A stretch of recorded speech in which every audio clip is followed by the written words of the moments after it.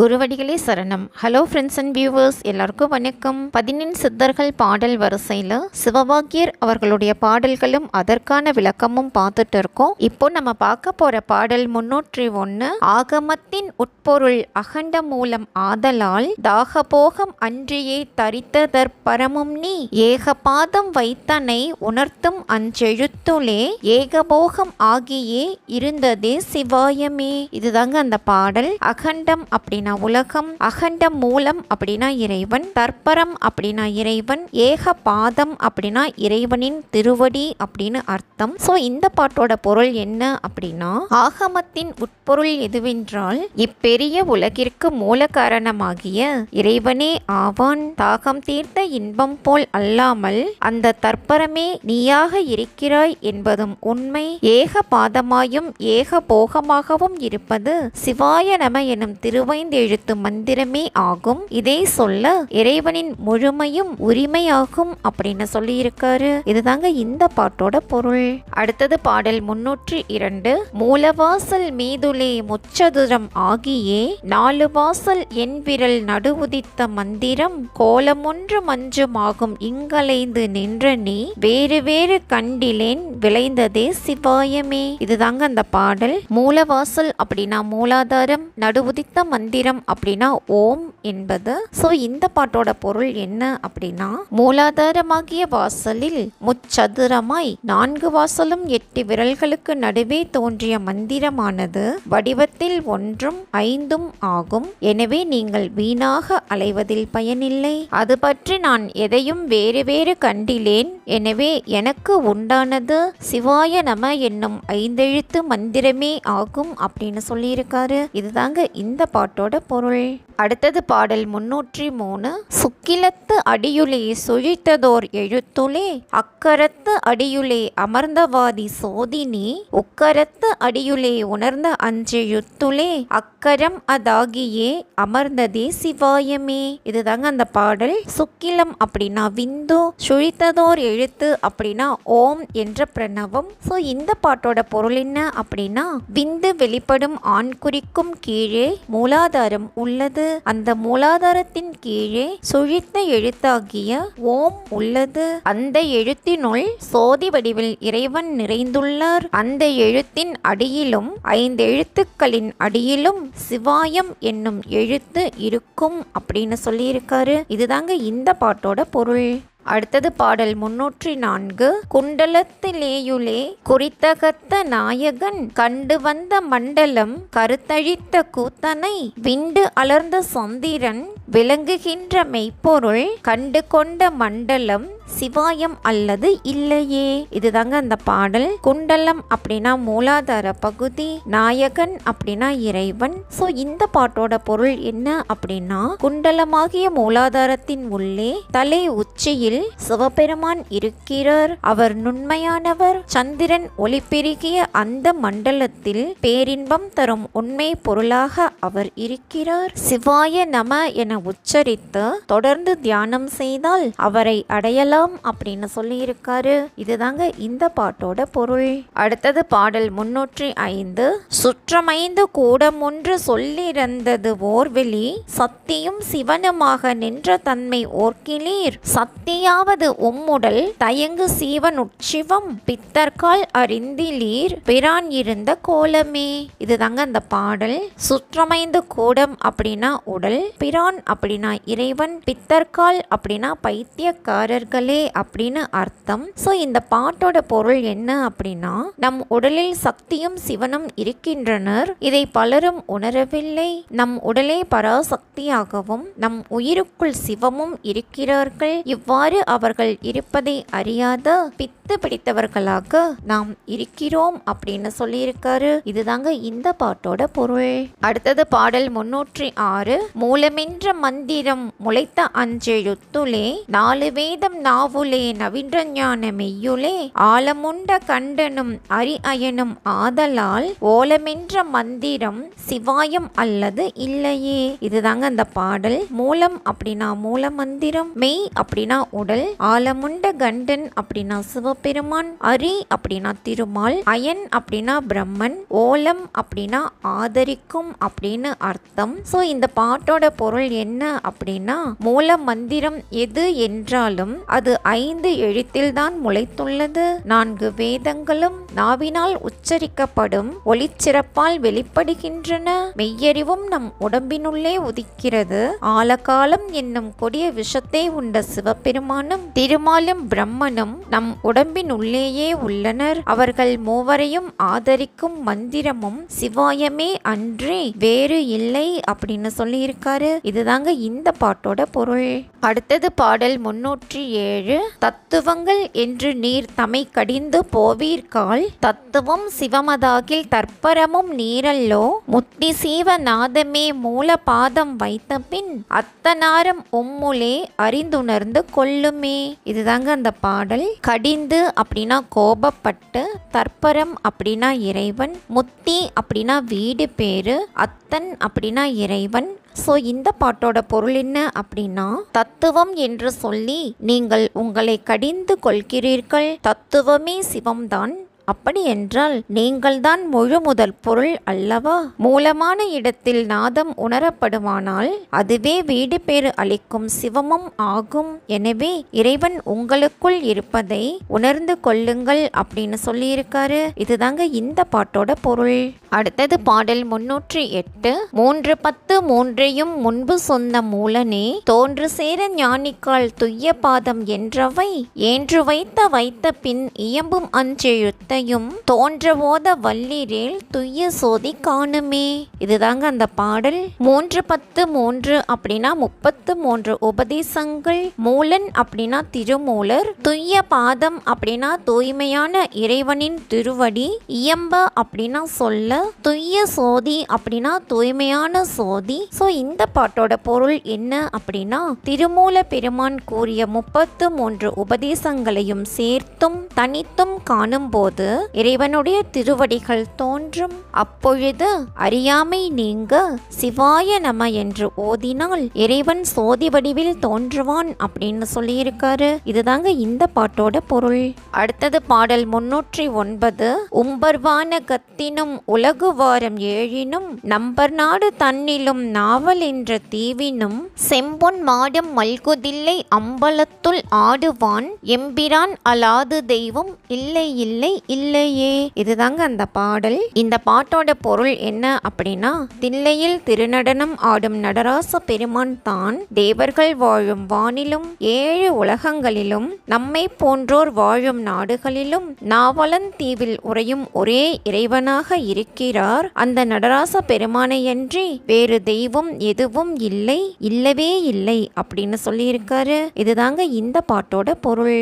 அடுத்தது பாடல் 310. பூவிலாய 5மாய் புனலில் நின்ற 4மாய் தீயிலாய 3மாய் சிறந்த கால் 2மாய் வேயிலாயது 1மாய் வேறு வேறு தன்மையாய் நீயலாமல் நின்ற நேர்மை யாவர்கான வல்லரே. இதுதாங்க அந்த பாடல். பூ அப்படின்னா பூமி, புனல் அப்படின்னா நீர், கால் அப்படின்னா காற்று. சோ இந்த பாட்டுக்கு பொருள் என்ன அப்படின்னா, இறைவா நீ பூமியில் 5 பூதங்களாகவும் நீரில் மண் தவிர 4 எனும் பிற சக்தியாகவும் தீயில் மண்ணும் நீரும் தவிர்த்து மற்ற 3 சக்தியாகவும் காற்றில் மண் முதல் 3 நீக்கி மற்ற 2ஆகவும் வானில் பிற 4 நீங்கி தான் ஒரு பூதமாக விளங்கும் சக்தியாகவும் திகழ்கின்றீர்கள். இறைவனாகிய உன்னை தவிர வேறு யாராலும் இவற்றை காண இயலாது அப்படின்னு சொல்லியிருக்காரு. இதுதாங்க இந்த பாட்டோட பொருள்.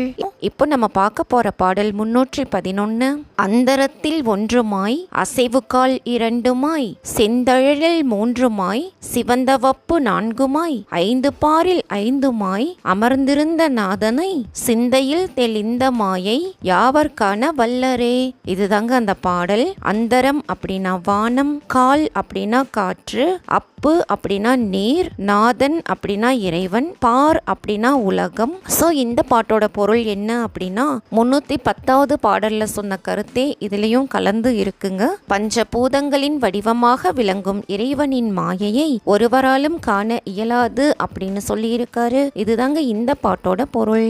அடுத்தது பாடல் 312. மனவிகாரம் அற்று நீர் மதித்திருக்க வல்லீரில் நினைவிலாத மணிவிளக்கு நித்தமாகி நின்றிடும் அனைவரோதும் வேதமும் அகம்பிதற்ற வேணுமேல் கனவு கண்டது உண்மை நீர் தெளிந்ததே சிவாயமே. இதுதாங்க அந்த பாடல். மனவிகாரம் அப்படின்னா மனத்தில் உள்ள வஞ்சனை, ஆணவம், பொறாமை, இந்த மாதிரியான விஷயங்கள். அகம் பிதற்றுதல் அப்படின்னா உள்ளத்துக்குள்ளேயே ஓதுதல் அப்படின்னு அர்த்தம். சோ இந்த பாட்டோட பொருள் என்ன அப்படின்னா மனத்தில் எந்தவித தீய எண்ணங்களும் இல்லாமல் இறைவனை மட்டுமே நினைத்திருக்க இயலுமானால் வைரம் போன்று ஒளிரும் உள் ஒளி நாள்தோறும் தெரியும். அனைவரும் போற்றும் வேதத்தை நீங்கள் ஓத எண்ணினால் அதன் பயன் இறைவனை கனவில் கண்டது போல் மட்டுமே இருக்கும். எனவே சிவாய நம என உச்சரித்து கொண்டிருப்பதே எப்பொழுதும் சிறந்தது அப்படின்னு சொல்லியிருக்காரு. இதுதாங்க இந்த பாட்டோட பொருள். அடுத்தது பாடல் 313. இட்ட குண்டம் ஏதடா ரிக்கு வேதம் ஏதடா சுட்டமண் களத்திலே சுற்று நூல்கள் ஏதடா முட்டி நின்ற தூணிலே முளைத்தெழுந்த சோதியை பற்றி நின்றது ஏதடா பட்டநாத பட்டரே. இதுதாங்க அந்த பாடல். குண்டம் அப்படின்னா யாக குண்டம், மண் களம் அப்படின்னா மண்ணால் செய்யப்பட்ட பாத்திரம், முட்டி நின்ற தூண் அப்படின்னா மூலாதாரம், முளைத்தெழுந்த சோதி அப்படின்னா சுழுமுனை நாடி. சோ இந்த பாட்டோட பொருள் என்ன அப்படின்னா யாகம் செய்யும் குண்டத்தில் நெய்யை ஊற்றுவதும் ரிக்வேதம் ஓதுவதும் சுட்ட மண் பாத்திரத்தை சுற்றி நூல்களை சுற்றுவதும் மூலாதாரத்திலிருந்து எழுந்து ஒளித்தூணாய் நிற்கும் சுழுமுனை நாடியை பற்றி கொண்டு நிற்பதும் எது என்று பட்டநாத பட்டரே நீங்கள் கூறுவீர்களாக அப்படின்னு சொல்லியிருக்காரு. இதுதாங்க இந்த பாட்டோட பொருள். அடுத்தது பாடல் 314. நீரிலே முளைத்தெழுந்த தாமரையின் ஓர் இலை நீரினோடு கூடி நின்றும் நீரில்லாதவாறு போல் பாரிலே முளைத்தெழுந்த பண்டித பராபரம் பாரினோடு கூடி நின்ற பண்பு கண்டு இருப்பிரே. இதுதாங்க அந்த பாடல். பராபரம் அப்படின்னா இறைவன், பார் அப்படின்னா உலகம். சோ இந்த பாட்டோட பொருள் என்ன அப்படின்னா தாமரை மலர் நீரில் முளைத்திருந்தாலும் அதன் இலையில் நீரானது ஒட்டாது இருப்பது போல மண்ணாலான இவ்வுடலில் வித்தாக முளைத்தெழுந்து ஒட்டியும் ஒட்டாமலும் உள்ளது எங்கும் நிறைந்த பரம்பொருள். இவ்வுலகில் அனைத்திலும் கூடி நின்றும் எதுவும் தம்மை பற்றாதவனாகிய இறைவனின் பண்பையும் கருணையையும் கண்டு அவன் நினைவோடே நினைந்த வண்ணம் தியானித்து இருப்பீராக அப்படின்னு சொல்லியிருக்காரு. இதுதாங்க இந்த பாட்டோட பொருள். அடுத்தது பாடல் 315. உறங்கிலின் விழிக்கிலின் உணர்வு சென்று ஒடுங்கிலின் சிறந்த ஐம்புலன்களும் திசை திசைகள் ஒன்றிலின் புறம்பும் உள்ளும் எங்கனும் பொருந்தி இருந்த தேகமாய் நிறைந்திருந்த ஞானிகள் நினைப்பதேதும் இல்லையே. இதுதாங்க அந்த பாடல். புறம்பும் உள்ளும் அப்படின்னா வெளியேயும் உள்ளேயும், தேகம் அப்படின்னா உடல். சோ இந்த பாட்டோட பொருள் என்ன அப்படின்னா உறங்கும் போதும் விழித்திருக்கும் போதும் உணர்வானது ஒடுங்கும் போதும் சிறந்த ஐம்புலன்களும் ஒவ்வொரு பக்கமாக பிரிந்த போதும் உள்ளேயும் வெளியேயும் ஒரே உடம்பாக இருக்கும் ஞானிகள் எதையுமே நினைப்பதில்லை அப்படின்னு சொல்லியிருக்காரு. இதுதாங்க இந்த பாட்டோட பொருள். இப்போ நம்ம பார்க்க போற பாடல் 316. ஓதுவார்கள் ஓதுகின்ற ஓர் எழுத்தும் ஒன்றதே வேதமென்ற தேகமாய் விளம்புகின்றது அன்றிது நாதமொன்று நான்முகன் மாலும் நானும் ஒன்றதே ஏதுமன்றி நின்றதொன்றை யான் உணர்ந்த நேர்மையே. இதுதாங்க அந்த பாடல். விளம்புகின்றது அப்படின்னா கூறுகின்றது, நாதம் அப்படின்னா ஒளி, நான்முகன் அப்படின்னா பிரம்மன், மால் அப்படின்னா திருமால். சோ இந்த பாட்டோட பொருள் என்ன அப்படின்னா வேதம் ஓதுவோர் சொல்லும் எழுத்தும் ஒன்றே, ஆனால் இதை வேதமானது ஒன்றென்று சொல்லவில்லை என்றாலும் நாதத்தில் பிரம்மன், திருமால், நான் ஆகிய யாவரும் ஒன்றுபட்டிருக்கிறோம், இதனை யான் உணர்ந்துள்ளேன் அப்படின்னு சொல்லியிருக்காரு. இதுதாங்க இந்த பாட்டோட பொருள். அடுத்தது பாடல் 317. பொங்கியே தரித்த அச்சு புண்டரீக வெளியிலே தங்கியே தரித்த போது தாது மாது வையதாம் அங்கியுள் சரித்த போது வடிவுகள் ஒளியுமாய் கொம்பு மேல் வடிவு கொண்டு குருவிருந்த கோலமே. இதுதாங்க அந்த பாடல். புண்டரீகம் அப்படின்னா தாமரை, இது பரந்த வான் வெளியை குறித்தது. அங்கி அப்படின்னா நெருப்பு அப்படின்னு சொல்லக்கூடிய விந்து. சோ இந்த பாட்டோட பொருள் என்ன அப்படின்னா, வான்வெளியோடு பெண்ணின் கர்ப்பப்பை தொடர்பு கொண்டு முட்டை உருவாகிறது. அந்த முட்டையில் ஆணின் விந்து கலந்து வடிவமும் ஒளியும் கொண்ட ஓர் உடல் தோன்றுகிறது. யாவருக்கும் மேலானவராக திகழும் குருவும் இப்படித்தான் தோன்றினார் அப்படின்னு சொல்லியிருக்காரு. இதுதாங்க இந்த பாட்டோட பொருள். அடுத்தது பாடல் 318. மண்ணுளோரும் விண்ணுளோரும் வந்தவாறு எங்கனில் கண்ணினோடு சோதி போல் கலந்து நாத விந்துவும் அண்ணலோடு சக்தியும் அஞ்சு பஞ்ச பூதமும் பண்ணினோடு கொடுத்துழி பாரோடேழும் இன்றுமே. இதுதாங்க இந்த பாடல். விண்ணுளோர் அப்படின்னா தேவர்கள், அண்ணல் அப்படின்னா இறைவன், பாரோடு 7 அப்படின்னா 7 உலகம். சோ இந்த பாட்டோட பொருள் என்ன அப்படின்னா, சூரியனின் ஒளியானது நம் கண் ஒளியுடன் கலந்து பார்வை உண்டானது போல வான கதிர்கள் ஆண் பெண் வழியாக விந்து நாதம் என்று கலந்தன. அவை சிவனும் சக்தியும் ஆவார்கள். தேவர்களும் மனிதர்களும் இப்படித்தான் தோன்றினார்கள். அனைத்தையும் படைத்த இறைவன் 7 உலகுடன் தொடர்பையும் தந்துள்ளார் அப்படின்னு சொல்லியிருக்காரு. இதுதாங்க இந்த பாட்டோட பொருள். அடுத்தது பாடல் 319. ஒடுக்குகின்ற சோதியும் உந்தி நின்ற ஒருவனும் நடுத்தளத்தில் ஒருவனும் நடந்து காலில் ஏறியே விடுத்து நின்ற இருவரோடு மெய்யினோடு பொய்யுமாய் அடுத்து நின்ற அரிமினோ அனாதி நின்ற ஆதியே. கால் அப்படின்னா பிராணவாயு, மெய் அப்படின்னா உண்மை, அனாதி அப்படின்னா தோன்றியது எப்பொழுது என்று கண்டறிய இயலாத பொருள் அப்படின்னு அர்த்தம். சோ இந்த பாட்டோட பொருள் என்ன அப்படின்னா, இந்த பாடல்ல 3 சோதிகள் பத்தி சொல்லியிருக்காருங்க. உள்ளத்தில் ஒடுக்கப்படும் சோதி, இது புருவ மதியில் ஒடுங்கும். மூலாதாரத்திலிருந்து புறப்படும் சோதி, நடுவாகிய மணிப்பூரகம் என்னும் தொப்புளிலிருந்து புறப்படும் சோதி என 3 வகையா இருக்கு. இவை 3இல் மூலாதாரத்தில் குண்டலியான சோதி பிராணாயாம பயிற்சியின் மூலம் சுழுமுனை நாடி வழியே ஏறி போகும். மற்ற 2ம் சிலருக்கு வெளிப்படும் உண்மையாகவும் பலருக்கு வெளிப்படாத பொய்யாகவும் இருப்பதை உணருங்கள். அதுவே அனாதி காலமாக உள்ள ஆதியாகும் என்பதை அறிவீராக அப்படின்னு சொல்லியிருக்காரு. இதுதாங்க இந்த பாட்டோட பொருள். அடுத்தது பாடல் 320. உதித்த மந்திரத்தினும் ஒடுங்கும் அக்கரத்தினும் மதித்த மண்டலத்தினும் மறைந்து நின்ற சோதினி மதித்த மண்டலத்துளே மறித்து நீர் இருந்த பின் சிரித்த மண்டலத்துளே சிறந்ததே சிவாயமே. இதுதாங்க அந்த பாடல். அக்கரம் அப்படின்னா மந்திர எழுத்து. சோ இந்த பாட்டோட பொருள் என்ன அப்படின்னா, வாயால் கூறும் மந்திரத்திலும் மௌனமாக உச்சரிக்கும் மந்திரத்திலும் மனத்தால் கருதிய ஓர் இடத்திலும் என்றும் ஒரு சோதி மறைந்தே இருக்கிறது. மனத்தால் கருதிய அதே இடத்தை மீண்டும் மீண்டும் நினைவுக்கு கொண்டு வந்தால் மகிழ்ச்சி தரும் மண்டலமாக அது விளங்கும். இதுவே சிவாய நம என்னும் திருவைந்தெழுத்து மந்திரத்தின் பலனாகும் அப்படின்னு சொல்லியிருக்காரு. இதுதாங்க இந்த பாட்டோட பொருள். இப்போ நம்ம பார்க்க போற பாடல் 321. திருத்தி வைத்த சர்க்குருவை சீர்பெற வணங்கிலீர் குரு கெடுக்கும் பித்தரே கொண்டு நீந்த வல்லிரோ குரு கெடுக்கும் பித்தரும் குருக்குள் வந்த சீடனும் பருத்தியிட்ட பாடுதான் 12ம் பட்டதே. இதுதாங்க அந்த பாடல்.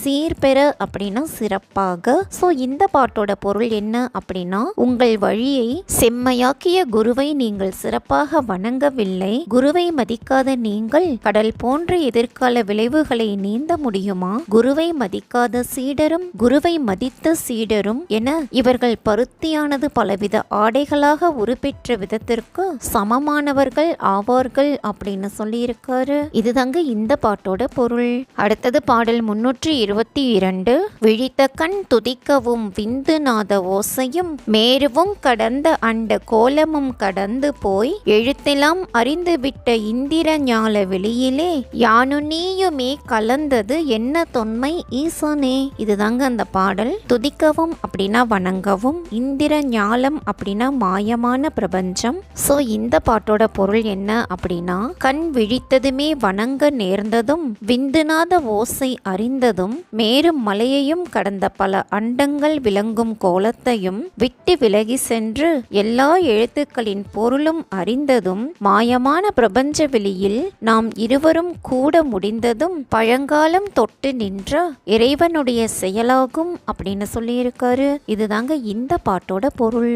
அடுத்தது பாடல் 323. ஓம் நமோ என்றுலே பாவை என்று அறிந்த பின் பானுடல் கருத்துலே பாவை என்று அறிந்த பின் நானு நீயும் உண்டடா நலங்கு குலம் அதுண்டடா ஊனுமோனும் ஒன்றுமே உணர்ந்திடாய் எனக்குலே. இதுதாங்க அந்த பாடல். பானு அப்படின்னா சூரியன், ஊன் அப்படின்னா உடல். ஸோ இந்த பாட்டோட பொருள் என்ன அப்படின்னா, ஓம் நமோ என மந்திரத்தை தொடங்கும் போதே நமக்குள் ஒரு பாவனை உண்டாகிறது. அதை அறிந்த பின் சூரியனால் உண்டான இவ்வுடலிலும் அதன் கருத்திலும் உருவாகும் பாவனையை அறிந்த பின் நாம் யாவரும் ஒன்றே என்பதை நான் தெளிவாக உணர்கிறேன் அப்படின்னு சொல்லியிருக்காரு. இதுதாங்க இந்த பாட்டோட பொருள். அடுத்தது பாடல் 324. ஐம்புலனை வென்றவர்க்கு அன்னதானம் ஈவதால் நம் புலன்கள் ஆகி நின்ற நாதருக்கு அது ஏறுமே ஐம்புலனை வென்றிடாது அவத்தமே உழன்றிடும் வம்பருக்கும் ஈவதும் கொடுப்பதும் அவத்தமே. அவத்தம் அப்படின்னா பாவம், நாதர் அப்படின்னா இறைவன், உழன்றிடும் அப்படின்னா வருந்திடும், வம்பர் அப்படின்னா ஐம்புலன்களை வெல்லாதவர் அப்படின்னு அர்த்தம். ஸோ இந்த பாட்டோட பொருள் என்ன அப்படின்னா, ஐம்புலன்களை வென்ற யோகிகளுக்கு அன்னதானம் செய்வதால் நம் புலன்களாக உள்ள இறைவனுக்கு அது போய் சேரும். அவ்வாறு இல்லாமல் ஐம்புலன்களை வெற்றி கொள்ளாதவர்களுக்கு ஈவதால் அது பாவமே ஆகும், அது இறைவனுக்கு போய் சேராது அப்படின்னு சொல்லியிருக்காரு. இதுதாங்க இந்த பாட்டோட பொருள். அடுத்தது பாடல் 325. ஆணியான ஐம்புலன்கள் அவையும் ஒக்குள் ஒக்குமோ யோனியில் பிறந்திருந்த துன்பம் மிக்கும் ஒக்குமோ வீணர்கால் பிதற்று வீர் மெய்மையே உணர்ந்தீரேல் ஊனுறக்க போகமும் உமக்கும் எனக்கும் ஒக்குமே. இதுதாங்க அந்த பாடல். ஒக்குமோ அப்படின்னா சமம் ஆகுமோ, வீணர்கால் அப்படின்னா பயனற்றவர்களே, ஊன் அப்படின்னா உணவு, போகம் அப்படின்னா இன்பம். சோ இந்த பாட்டோட பொருள் என்ன அப்படின்னா, மனிதரே உங்கள் உயர்ந்த ஐம்புலன்கள் நீர் குமிழுக்கு ஒப்பாகுமோ, யோனியில் பிறந்து இறந்த விதமும் மிகுந்த துன்பத்தை விளைவிக்குமோ, உண்மையை அறியாமல் நீங்கள் கண்டவாறு உளறுகிறீர்கள். இவ்வாறு இருந்தாலும் உணவு, தூக்கம், இன்பம் இவை யாவுமே உமக்கும் எனக்கும் ஒன்றே ஆகும் அப்படின்னு சொல்லியிருக்காரு. இதுதாங்க இந்த பாட்டோட பொருள். இப்போ நம்ம பார்க்க போற பாடல் 326. ஓடுகின்ற ஐம்புலன் ஒடுங்க அஞ்செழுத்துலே நாடுகின்ற நான்மறை நவிலுகின்ற ஞானிகால் கூடுகின்ற கண்டித குணங்கள் மூன்றெழுத்துலே ஆடுகின்ற பாவையாய் அமைந்ததே சிவாயமே. இதுதாங்க அந்த பாடல். நவிலுகின்ற அப்படின்னா ஓதுகின்ற, கண்டித அப்படின்னா கண்டிக்கத்தக்க, மூன்றெழுத்து அப்படின்னா ஓம் என்பது இது ஆ உ என்ற 3 எழுத்துக்களும் சேர்ந்தது. ஆடுகின்ற பாவை அப்படின்னா ஆட்டப்படும் பொம்மை அப்படின்னு அர்த்தம். சோ இந்த பாட்டோட பொருள் என்ன அப்படின்னா, 4 வேதங்களை ஓதுபவர்களே அலைந்து திரியும் ஐம்புலன்கள் 5 எழுத்தில் அடங்கிவிடுகின்றன. அதுபோல் கண்டிக்கத்தக்க தீய குணங்கள் யாவுமே பொம்மைகள் போல ஓம் என்ற எழுத்தில் அடங்கும் அப்படின்னு சொல்லியிருக்காரு. இதுதாங்க இந்த பாட்டோட பொருள். அடுத்தது பாடல் 327. புவன சக்கரத்துலே பூதநாத வெளியிலே பொங்கு தீப அங்கியுள் பொதிந்தெழுந்த வாயுவை தவன சோமர் இருவரும் தாம் இயங்கும் வாசலில் தண்டுமாறி ஏறி நின்ற சரசமான வெளியிலே. இதுதாங்க அந்த பாடல். புவனம் அப்படின்னா உலகம், அங்கி அப்படின்னா நெருப்பு, வாயு அப்படின்னா பிராணவாயு, தவன சோமர் இருவர் அப்படின்னா சூரிய சந்திரர் ஆகிய பிங்களை இடக்கலை நாடிகள். சோ இந்த பாட்டோட பொருள் என்ன அப்படின்னா, இவ்வுலகில் உயிர்கள் எழுப்பும் ஒளிகள் யாவுமே நாத வெளியாகி உள்ளன. மூலாதாரத்தில் உள்ள நெருப்பில் ஒன்றுபடும் வாயுவானது இடக்கலை பிங்களை என்ற நாடிகளில் ஏறி ஒவ்வொரு யோக ஆதாரத்திலும் இடம் வலமாக மாறி மாறி அந்த இல்லாத வெளியில் இணையும் அப்படின்னு சொல்லியிருக்காரு. இதுதாங்க இந்த பாட்டோட பொருள். அடுத்தது பாடல் 328. மவுன அஞ்செழுத்திலே வாசி ஏறி மெல்லவே வானலாய் நிறைந்த சோதி மண்டலம் புகுந்த பின் அவனு நானும் மெய்கலந்து அனுபவித்த அளவிலே அவனும் உண்டு நானும் இல்லை யாரும் இல்லை ஆனதே. இதுதாங்க அந்த பாடல். வாசி அப்படின்னா பிராணவாயு. இந்த பாட்டோட பொருள் என்ன அப்படின்னா, மௌன நிலையில் இருந்து திருவைந்தெழுத்தால் பிராணவாயுவை மெல்ல ஏற்றி சுழுமுனையை கடந்து ஆகாய வெளிக்குள் நிறைந்திருந்த சோதி மண்டலத்தில் புகுந்து இறைவனை சேர வேண்டும். அங்கே அவனுடன் நானும் மெய்ப்பொருளில் கலந்து அனுபவித்த மெய் ஆனந்த நிலையில் அந்த இறைவனை தவிர நான் என்ற உயிரோ உடம்போ எதுவுமே இல்லை என்ற அறிவும் பிரபஞ்சம் முழுவதுமே நிறைந்து நின்றவன் அவனே என்பதையும் உணர்வீராக அப்படின்னு சொல்லியிருக்காரு. இதுதாங்க இந்த பாட்டோட பொருள்.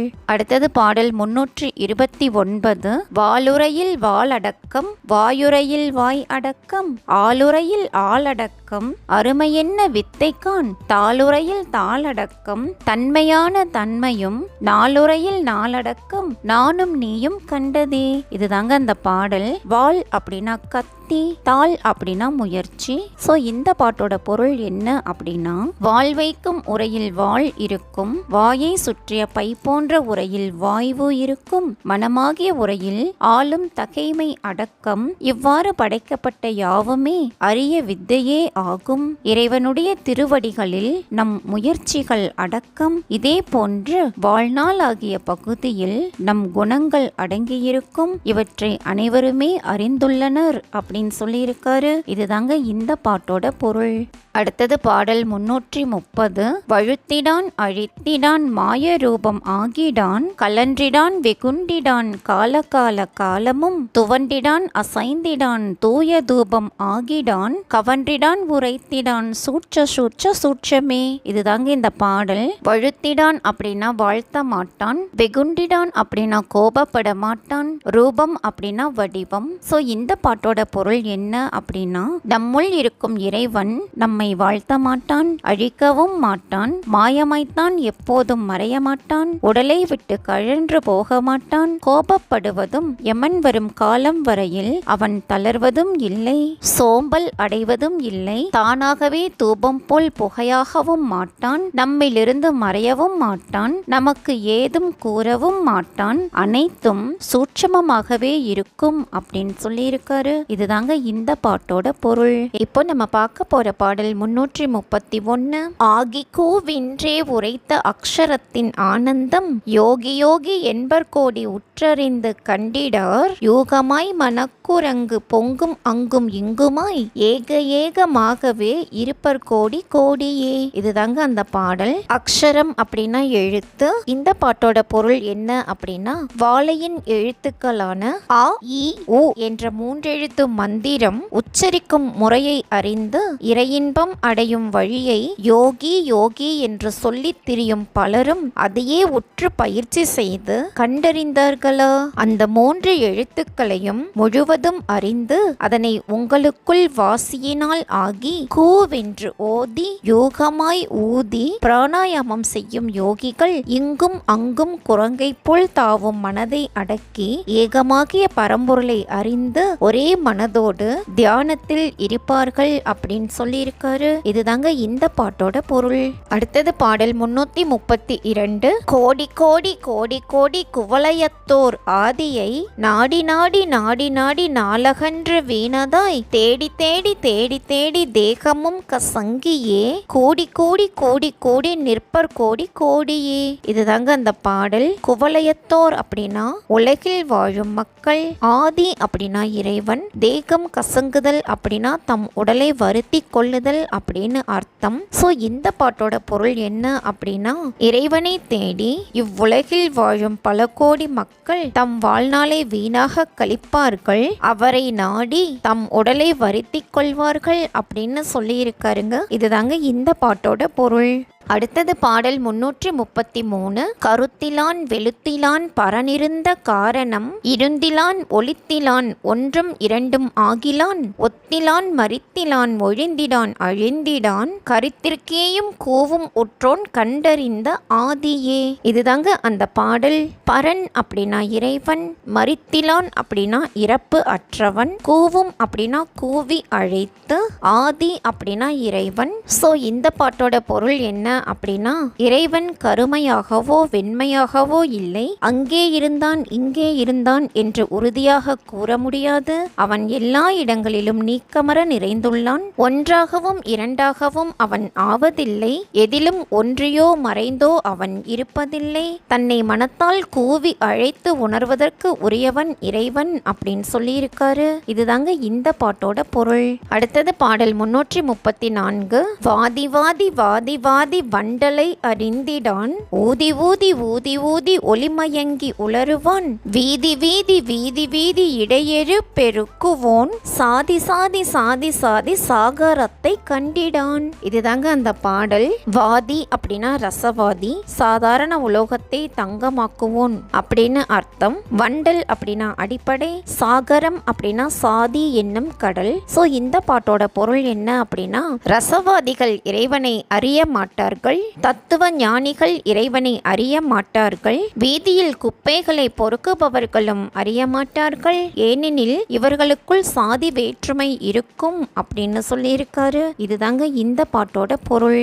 அடுத்தது பாடல் 335. ஆண்மையாண்மை ஆண்மையாண்மை ஆண்மை கூறும் அசடரே காண்மையான ஆதிரூபம் கால கால காலமும் பான்மையாகி மோனமான பாசமாகி நின்றிடும் நான்மையான நாளை வாயில் தங்கும் இங்கும் அங்குமே. இதுதாங்க அந்த பாடல். அசடர் அப்படின்னா அறிவற்றவர், ஆதி ரூபம் அப்படின்னா முதல் வடிவம், நாளை வாயில் அப்படின்னா மூலாதாரம். சோ இந்த பாட்டோட பொருள் என்ன அப்படின்னா, ஆண்மை குறித்து அதிக அளவில் பேசும் அசடரே காட்சிக்குரிய அதன் முதல் வடிவம் மௌனமே ஆகும். பல நாள் வாழும் உலக மக்களின் மூலாதாரத்தில் அது அங்கும் இங்குமாக தங்கும். மூலாதாரத்திலேயே மனதை செலுத்தி மௌனம் சாதிப்பதே ஆண்மையாகும் அப்படின்னு இந்த பாடல் மூலமா சொல்லி இருக்காரு. இதுதாங்க இந்த பாடலோட பொருள். இப்போ நம்ம பார்க்க போற பாடல் 336. மிங்குவென்ற அட்சரத்தின் மீட்டுவாகி கூவுடன் துங்கமாக சோமனோடு சோமன் மாறி நின்றிடும்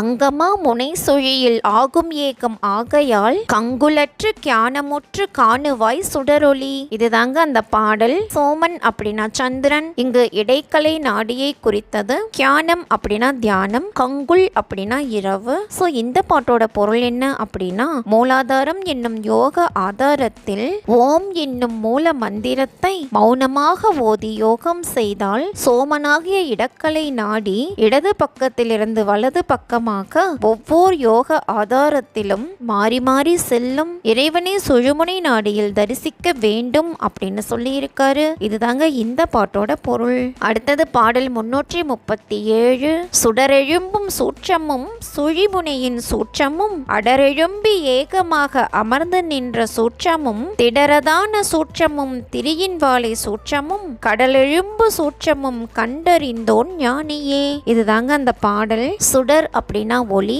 நெருப்பு அப்படின்னு சொல்லலாம். சூட்சமம் அப்படின்னா நுண்மை, கண்ணுக்கு புலப்படாதது அப்படின்னு அர்த்தம். வாழை அப்படின்னா குண்டலினி சக்தி, ஞானி அப்படின்னா மெய்யறிவு பெற்றவன். சோ இந்த பாட்டோட பொருள் என்ன அப்படின்னா, மூலாதாரத்திலிருந்து நெருப்பு எழும்பும் சூட்சமத்தையும் சுழுமுனையின் சூட்சமத்தையும் அச்சுழுமுனை நாடியில் தொடர்ந்து தனித்து செல்லும் ஒளியின் இருப்பாகிய சூட்சமத்தையும் உடலின் சூட்சமத்தையும் குண்டலினி சக்தியின் சூட்சமத்தையும் கடலானது எழும்புகின்ற சூட்சமத்தையும் உள்ளபடியே உணர்பவனே உண்மையான ஞானி ஆவான் அப்படின்னு சொல்லியிருக்காரு. இதுதாங்க இந்த பாட்டோட பொருள்.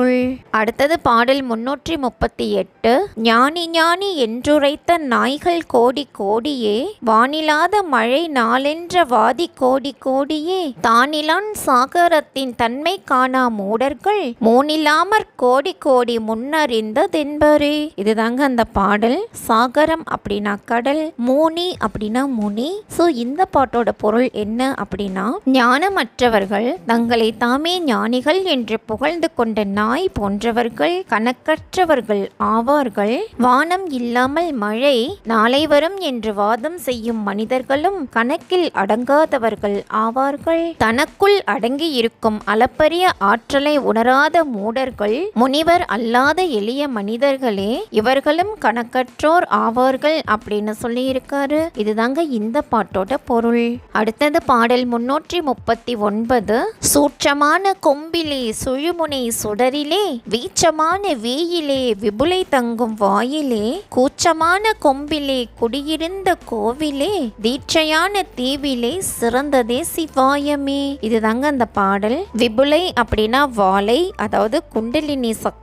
ஸோ இந்த பாட்டோட பொருள் என்ன அப்படின்னா, உடலில் சூட்சமான இடத்தில் கொம்பாக எண்ணி சுழிமுனையில் உள்ள தீயான சுடரில் வீசிக்கொண்டு ஆடிய உயிரில் குண்டலினி சக்தி தங்கி 10ஆம் வாசலில் கூச்சம் மிகுந்திருக்கும் கொம்பிலே குரு குடியிருந்த கோயிலான கோனாகிய இடத்திலே தொட்டு காட்டி தீட்சை வழங்கிய சோதி விளங்கிய இடத்தில் சிறந்து இருந்த ஒன்று சிவமே என்பதை அறிவீராக அப்படின்னு சொல்லியிருக்காரு. இதுதாங்க இந்த பாட்டோட பொருள். அடுத்தது பாடல் 340. பொங்கி நின்ற மோனமும் பொதிந்து நின்ற மோனமும் தங்கி நின்ற மோனமும் தயங்கி நின்ற மோனமும் கங்கையான மோனமும் கதிந்து நின்ற மோனமும் திங்களான மோனமும் சிவனிருந்த மோனமே.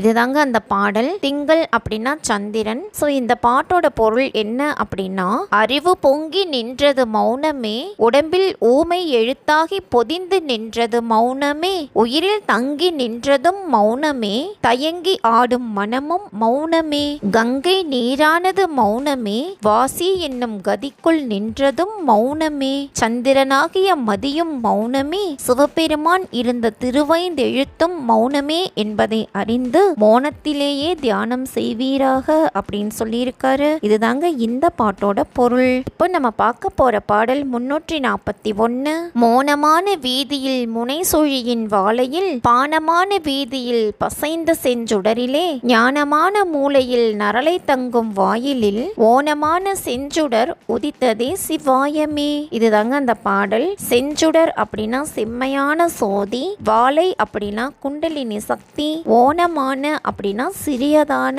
அப்படின்னு அர்த்தம். சோ இந்த பாட்டோட பொருள் என்ன அப்படின்னா, மௌன ஞானம் என்னும் வீதியில் சுழுமுனை என்னும் வாளையில் விளங்குகின்ற செம்மையான சோதியில் ஞானம் என்னும் மூலையில் நரலை தங்கும் வாயிலின் சிறியதான செம்மையான சோதியானது சிவாய நம என்னும் திருவைந்தெழுத்தால் தோன்றியதாகும் அப்படின்னு சொல்லியிருக்காரு. இதுதாங்க இந்த பாட்டோட பொருள். அடுத்தது பாடல் 342. உதித்தெழுந்த வாளையும் உசங்கி நின்ற வாளையும் கதித்தெழுந்த வாளையும் காளையான வாளையும் மதித்தெழுந்த வாளையும் மறைந்து நின்ற ஞானமும் கொதித்தெழுந்து கும்பலாகி ஹோவும் ஹோயும் ஆனதே. இதுதாங்க அந்த பாடல். வாளை அப்படின்னா குண்டலினி சக்தி, ஹோ ஹோ அப்படிங்கிறதெல்லாம் சக்திக்கான மந்திரங்கள். ஸோ இந்த பாட்டோட பொருள் என்ன அப்படின்னா, ஹோம் என்பது துர்கைக்கான மந்திரம் ஆகும், ஹ்ரீம் என்பது சக்தி பிரணவம் ஆகும். இம்மந்திரங்களை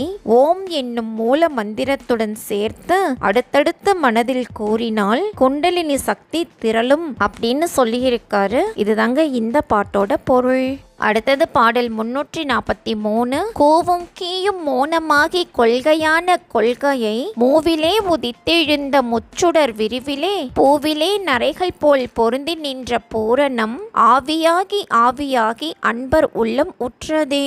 இதுதாங்க இந்த பாடல். நரை அப்படின்னா தேன், பூரணம் அப்படின்னா இறைவன், அன்பர் அப்படின்னா பக்தர், முச்சுடர் அப்படின்னா தட்சிணாக்கினியம், ஆகவநீயம், கருகபத்தியம் அப்படிங்கிறது. ஸோ இந்த பாட்டோட பொருள் என்ன அப்படின்னா, ஹ்ரீம் என்னும் மந்திரத்தை மனதால் ஓத உடலின் 3 பாகமான பிரம்ம கிரந்தி, விஷ்ணு கிரந்தி, ருத்ர கிரந்தி இவற்றில் 3 வகை சுடர்களாக தோன்றி விரியும். அவை தட்சிணாக்கினியம், ஆகவநீயம், கருகபத்தியம் என்னும் சுடர்களாகும். இவை விரியும் போது முன்பு இல்லாத வாசனை பூ பூக்கும் போது உண்டாவது போல் நம் உடலிலும் முழுமையான இறைவன் தோன்றுவார். அவர் ஆவி போல் எழுந்து பக்தர்களின் உள்ளத்தில் சேர்வார் அப்படின்னு சொல்லியிருக்காரு. இதுதாங்க இந்த பாட்டோட பொருள். அடுத்தது பாடல் 344. ஆண்மை கூறும் மாந்தரே அருக்கனோடும் வீதியை காண்மையாக காண்பிரே கசடு அறுக்க வல்லிரே தூண்மையான வாதி சூற்றம் சோபமாகும் ஆகுமே நான்மையான வாயிலில் நடித்து நின்ற நாதமே. இதுதாங்க அந்த பாடல். அருக்கன் அப்படின்னா சூரியன், பிங்கள நாடியையும் சொல்லலாங்க. சோபம் அப்படின்னா சூட்சமம் வெளிப்படும் இடம், நான்மை அப்படின்னா நாதம். ஸோ இந்த பாட்டோட பொருள் என்ன அப்படின்னா, ஆண்மை குறித்து பேசும் மனிதர்களே, பிங்கள நாடி போகும் வழியை உங்களால் கண்ணால் காண்பது போல் உணர முடியுமா? இங்கனம் குழப்பமின்றி உணர்ந்தால் உறுதியான வாதத்தால் வரும் சூட்சமம் வெளிப்படும். இச்சுடர் தோன்றும் வாயிலில்தான் ஒளியும் உணரப்படும் அப்படின்னு சொல்லியிருக்காரு. இதுதாங்க இந்த பாட்டோட பொருள். அடுத்தது பாடல் 345. நாதமான வாயிலில் நடித்து நின்ற சாயலில் வேதமான வீதியில் விரிந்த முச்சுடரிலே கீதமான ஹீயிலே கிளர்ந்து நின்ற கோவிலே பூதமான வாயிலை புகழறிவன் ஆதியே. இதுதாங்க அந்த பாடல். வேதமான வீதி அப்படின்னா யோக பாதை, மூலாதாரம் தொடங்கி கபாலம் வரை உடம்பில் இருப்பதே யோக பாதை ஆகும். ஆதி அப்படின்னா இறைவன். சோ இந்த பாட்டோட பொருள் என்ன அப்படின்னா, நாதம் தொடங்கும் பிங்கள நாடியின் வாயிலில் அசைவு கொண்டு யோக பாதையில் 3 சுடர்களாக விரிவது ஹ்ரீம் என்னும் மந்திரம். இதனால் இறைவன் உணரப்படுகிறான் அப்படின்னு சொல்லியிருக்காரு. இதுதாங்க இந்த பாட்டோட பொருள். இப்போ நம்ம பார்க்க போற பாடல் 346. ஆவியாகி ஆவியாகி 5 கொம்பின் ஆவியே மேவி மேவி மேவி மேவி மேதினியில் மானிடர் வாவி வாவி வாவி வாவி வண்டல்கள் அறிந்திடார் பாவி பாவி பாவி பாவி படியில் உற்ற மாந்தரே. இதுதாங்க அந்த பாடல். 5 கொம்பு அப்படின்னா ஐம்புலன், மேதினி அப்படின்னா உலகம், படி அப்படின்னா பூமி, மாந்தர் அப்படின்னா மனிதர்கள். சோ இந்த பாட்டோட பொருள் என்ன அப்படின்னா, ஐம்புலன்களில் தோன்றும் உணர்வானது ஆவி எனப்படும். இது பல முறை விரும்பி இயக்கப்படுமானால் தலையின் மேலுள்ள குலத்தை, அதாவது வாவியை மனிதர் அடையலாம். இதனை அறிய முடியாத மனிதர் பாவி ஆவார்கள் அப்படின்னு சொல்லியிருக்காரு. இதுதாங்க இந்த பாட்டோட பொருள். அடுத்தது பாடல் 347. வித்திலே முளைத்த சோதி வில்வளைவின் மத்தியில் ஒத்திலே ஒளிவதாகி மோனமான தீபமே நத்திலே திரட்சி போன்ற நாதனை அறிந்திடர் வத்திலே கிடந்துழன்ற வாழையான சூட்சமே. இதுதாங்க அந்த பாடல். வித்து அப்படின்னா மூலாதாரம், வில் வளைவு அப்படின்னா முதுகு தண்டின் வளைவு, வத்து அப்படின்னா வஸ்து அதாவது உடம்பாகிய பொருள், நாதன் அப்படின்னா இறைவன். சோ இந்த பாட்டோட பொருள் என்ன அப்படின்னா, மூலாதாரத்தில் தோன்றும் சோதியானது முதுகு தண்டின் வளைவு வழியாக மேலேறி செல்லும். தியானத்தில் இது தீபமாக வெளிப்பட்டாலும் நாதனாகிய சிவபெருமானை அறிய முடியாது. ஆனால் அன்பால் அவரை அறிந்து கொள்ளலாம். இங்கனம் உடலில் வாழையாகிய பராசக்தி இருக்கிறாள் அப்படின்னு சொல்லியிருக்காரு. இதுதாங்க இந்த பாட்டோட பொருள். அடுத்தது பாடல் 348. மாலையோடு காலையும் வடிந்து பொங்கும் மோனமே மாலையோடு காலையான வாரறிந்த மாந்தரே மூளையான கோணமின் முளைத்தெழுந்த செஞ்சுடர் காலையோடு பானகன்று தங்கி நின்ற மோனமே. இதுதாங்க அந்த பாடல். மாந்தரே அப்படின்னா மனிதரே, செஞ்சுடர் அப்படின்னா சிவந்த சோதி, மோனம் அப்படின்னா மௌனம். சோ இந்த பாட்டோட பொருள் என்ன அப்படின்னா, காலையிலும் மாலையில் சூரியன் மறையும் நேரத்திலும் மோன பயிற்சி செய்தால் மூலாதாரத்தில் முக்கோணத்தில் எழும் சிவந்த சோதியை காண முடியும். மௌன பயிற்சியால் மட்டுமே இந்த ஒளியை காண முடியும் அப்படின்னு சொல்லியிருக்காரு. இதுதாங்க இந்த பாட்டோட பொருள். அடுத்தது பாடல் 349. மோனமான வீதியில் முடுகி நின்ற நாதமே ஈனமின்றி வேகமான வேகம் என்ன வேகமே கானமான மூலையில் கனிந்திருந்த வாழையில் ஞானமான செஞ்சுடர் நடந்ததே சிவாயமே. இதுதாங்க அந்த பாடல். நாதம் அப்படின்னா ஒளி, வாழை அப்படின்னா குண்டலினி சக்தி. சோ இந்த பாட்டோட பொருள் என்ன அப்படின்னா, மௌன யோகம் நிகழும் பாதையில் நாதம் விரைவுபடும். அதன் வேகத்தை வரையறுத்து கூற இயலாது. இந்த நாதத்தை கானமாக எழுப்பும் மூலாதாரத்தில் கனிந்திருக்கும் குண்டலினி சக்தி நடக்கும் நிலையே சிவாயம் ஆகும் அப்படின்னு சொல்லியிருக்காரு. இதுதாங்க இந்த பாட்டோட பொருள். அடுத்தது பாடல் 350. உச்சிமத்தி வீதியில் ஒழிந்திருந்த சாதியில் பச்சியுற்ற சோமனும் பறந்து நின்று உலாவவே செச்சியான தீபமே தியானமான மோனமே கட்சியான மோனமே கடந்ததே சிவாயமே. இதுதாங்க அந்த பாடல். சோமன் அப்படின்னா சந்திரன், செச்சியான அப்படின்னா செக்க சிவந்த, கட்சி அப்படின்னா சகஸ்ரதலம். ஸோ இந்த பாட்டோட பொருள் என்ன அப்படின்னா, அண்ட உச்சி என்னும் புருவ மத்தியில் சாதி பேதம் யாவும் அற்று விளங்கும் மெய்ப்பொருள் அதிலே பரவி வனமாகிய சந்திரனும் பறந்து நின்று உலாவும் அம்மனத்தை கட்டுப்படுத்தி சுழுமுனையை திறந்து செக்கச் சிவந்த தீபமாக சோதியில் மௌனத்தில் நின்று தியானிப்பீராக. மௌனமே கட்சி என்னும் சகஸ்ரதலத்தை கடந்து சிவமாய் விளங்கும் பரம்பொருளில் சேர்த்து வைக்கும் அப்படின்னு சொல்லியிருக்காரு. இதுதாங்க இந்த பாட்டோட பொருள். இப்போ நம்ம பார்க்க போற பாடல் 351. அஞ்சி கொம்பில் நின்றநாத மாலை போல் எழும்பியே பிஞ்சினோடு பூமலர்ந்து பெற்றியற்ற சுத்தமே செஞ்சுடர் உதித்த போது தேசிகன் உழன்றுடன் பஞ்சபூதம் ஆனதே பறந்து நின்ற மோனமே. இதுதாங்க அந்த பாடல். 5 கொம்பு அப்படின்னா ஐம்புலன், தேசிகன் அப்படின்னா இறைவன். சோ இந்த பாட்டோட பொருள் என்ன அப்படின்னா, 5 புலன்களில் நின்ற நாதம் பிராணாயாம பயிற்சியினால் ஆலையில் வரும் புகை போல் மேல் நோக்கி எழும்பும். அது விந்துவுடன் சேர்ந்து பூவாக மலர்ந்து நம் உடம்பிலேயே தூய்மையாகி நின்றிருக்கும். அதில்தான் சிவந்த சுடராக சிவம் உதித்து சுழன்று கொண்டுள்ளது. அங்கே பஞ்ச பூதங்களும் பறந்து நின்று பஞ்ச வண்ணங்களில் திருவடியாக ஆகி ஊமை எழுத்தான மௌனமாக நிற்கிறது. அதனை அறிந்து அதில் மௌனத்தில் தியானம் செய்வீராக அப்படின்னு சொல்லியிருக்காரு. இதுதாங்க இந்த பாட்டோட பொருள். அடுத்தது பாடல் 352. சடுதியான கொம்பிலே தத்துவத்தின் ஹூயிலே அடுதியான ஆவிலே அரண் இருந்த ஹூவிலே இடுதி என்ற சோலையில் இருந்த முச்சுடரிலே நடுதி என்று நாதம் ஓடி நன்குற அமைத்ததே.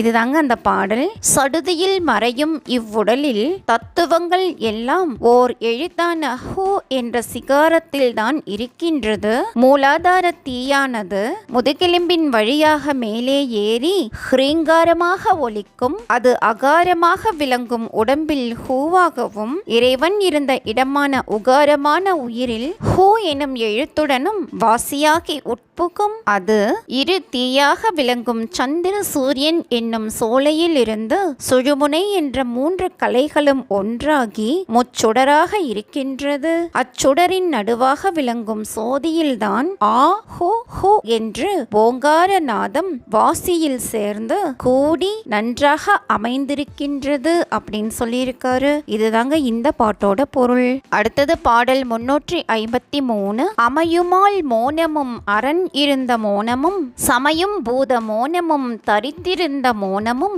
இமயம் கொண்ட வேகமும் இலங்கும் உச்சி மோனமும் தமையறிந்த மாந்தரே சடத்தை உற்று நோக்கிலார். இதுதாங்க அந்த பாடல். மால் அப்படின்னா திருமால், அரண் அப்படின்னா சிவபெருமான், மாந்தர் அப்படின்னா மனிதர், சடம் அப்படின்னா உடல். சோ இந்த பாட்டோட பொருள் என்ன அப்படின்னா, திருமாலும் சிவபெருமானும் அமைந்திருந்தது மோனமாகிய ஓர் எழுத்தில் 5 பூதங்களும் ஒன்றாகி சமைந்திருப்பதும் அதனால் உடம்பு பெற்றிருந்ததும் மௌனத்தில்தான். அதனை தங்கள் உடம்பில் இமயம் என்னும் மலையில் வேகம் கொண்ட மனதை வாசியாக்கி உச்சியில் விளங்கும் மௌனத்தில் தியானம் செய்து இறைவனுடைய திருவடிகளை சேர்ந்து இன்பம் காண்பவர்களே தன்னை அறிந்த யோகிகள் ஆவார்கள். மௌனத்திலேயே தியானித்து மௌனத்தையே உற்று நோக்கி தவம் புரியும் ஞானிகள் தங்கள் உடலையும் அது அழிவதையும் ஒரு பொருட்டாக கருத மாட்டார்கள் அப்படின்னு சொல்லியிருக்காரு. இதுதாங்க இந்த பாட்டோட பொருள். அடுத்தது பாடல் 354. பாய்ச்சலூர் வழியிலே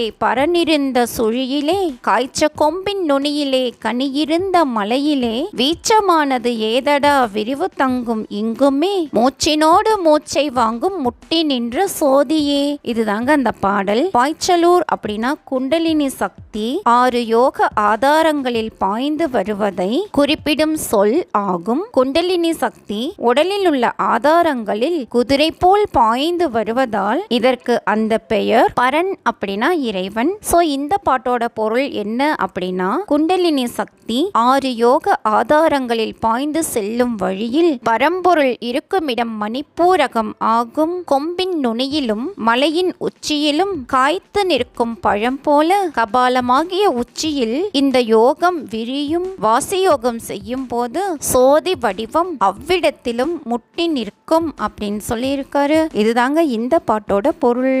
அடுத்தது பாடல் 355. சோதி சோதி என்று நாடி தோற்பவர் சிலவரே, ஆதி ஆதி என்று நாடும் ஆடவர் சிலவரே, வாதி வாதி என்று சொல்லும் வம்பரும் சிலவரே, நீதி நீதி நீதி நீதி நின்றிடும் முழுச்சுடர். இதுதாங்க அந்த பாடல். சிலவர் அப்படின்னா சிலர், ஆதி அப்படின்னா இறைவன், வம்பர் அப்படின்னா வம்பளப்பவர். ஸோ இந்த பாட்டோட பொருள் என்ன அப்படின்னா, கடவுளை சோதி வடிவில் காணலாம் என்று தேடி அலைந்து தோல்வி காண்பார் சிலர், ஆதியான இறைவனை நாடி அலைவார் சிலர், வாதத்தால் வம்பு செய்வார் சிலர், யோக பயிற்சியினால் தான் முழுமையான சுடராக விளங்கும் இறைவனை காண முடியும் அப்படின்னு சொல்லியிருக்காரு. இதுதாங்க இந்த பாட்டோட பொருள். இப்போ நம்ம பார்க்க போற பாடல் 356. சுடரதாகி எழும்பி எங்கும் தூபமான காலமே, இடரதாகி புவியும் விண்ணும் ஏகமாய் அமைக்க முன், படரதாக நின்றவாதி பஞ்சபூதம் ஆகியே, அடரதாக அண்டம் எங்கும் ஆண்மையாக நின்றதே. இதுதாங்க அந்த பாடல். சுடர் அப்படின்னா ஒளி, புவி அப்படின்னா மண்ணுலகம். ஸோ இந்த பாட்டோட பொருள் என்ன அப்படின்னா, பல காலமாக நீதியாக ஒளி மிகுந்த சுடராக அனைத்திலும் பொருந்தி இயங்குவது தூய சோதியே. அச்சோதியில் இருந்த நெருப்பு கோலத்தில் இருந்தே இந்த பூமியும் விண்ணுலகமும் உண்டாகி அதுவே ஏகமான மெய்ப்பொருளாகி நமக்குள் அமைந்திருந்தது. அது ஆதியாகி அனைத்திலும் படர்ந்து விரிந்து ஐம்பெரும் பூதங்கள் உண்டாயிற்று. அதுவே அகாரமான சூரியனில் இருந்து அண்டத்திலும் பிண்டத்திலும் ஆண்மையாகி சிவமாக நின்றது அப்படின்னு சொல்லியிருக்காரு. இதுதாங்க இந்த பாட்டோட பொருள். அடுத்தது பாடல் 357. நின்றிருந்த சோதியை நிலத்தில் உள்ள மானிடர் கண்டறிந்து கண்குளிர்ந்து காதலுற்று உலாவுவோர், கண்டமுற்ற மேன்முனையின் காட்சி தன்னை காணுவார், நன்றியற்ற நரலை பொங்கி நாதமும் மகிழ்ந்திடும். இதுதாங்க இந்த பாடல். கண்டமுற்ற மேல்முனை அப்படின்னா கபால உச்சி. ஸோ இந்த பாட்டோட பொருள் என்ன அப்படின்னா, உடலில் இருக்கும் சோதியை மனிதர்கள் கண்டுணர்ந்து கண் குளிர விருப்பம் கொண்டு உலவினால் தலையின் மேல் அதாவது கபால உச்சியில் தனித்து விளங்கும் காட்சியை காண்பார்கள், கீழ் முனையிலும் உணர்வு பொங்கி நாதம் மேல் ஏறும் அப்படின்னு சொல்லியிருக்காரு. இதுதாங்க இந்த பாட்டோட பொருள்.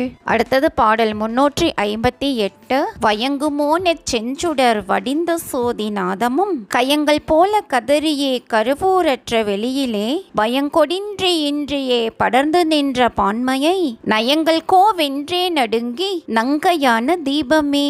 இதுதாங்க அந்த பாடல். கயங்கள் அப்படின்னா யானைகள், பயங்கொடின்றி அப்படின்னா பிளவுபடாமல், தீபம் அப்படின்னா சுடர். ஸோ இந்த பாட்டோட பொருள் என்ன அப்படின்னா, மௌனத்தில் விளைந்த செஞ்சுடரிலிருந்து பிரியும் நாதமும் யானைகள் பிளிருவது போல் முழங்கி கருவில் தோன்றிய உடம்பிற்கு மேல் அப்படி தோன்றாத வானவெளியில் பிளவுபடாமல் படர்ந்துள்ளது ஆகும். அந்த தன்மையே பராசக்தியும் பரமசிவனும் ஒன்றி நிற்கும் தன்மை ஆகும் அப்படின்னு சொல்லியிருக்காரு. இதுதாங்க இந்த பாட்டோட பொருள். அடுத்தது பாடல் 359.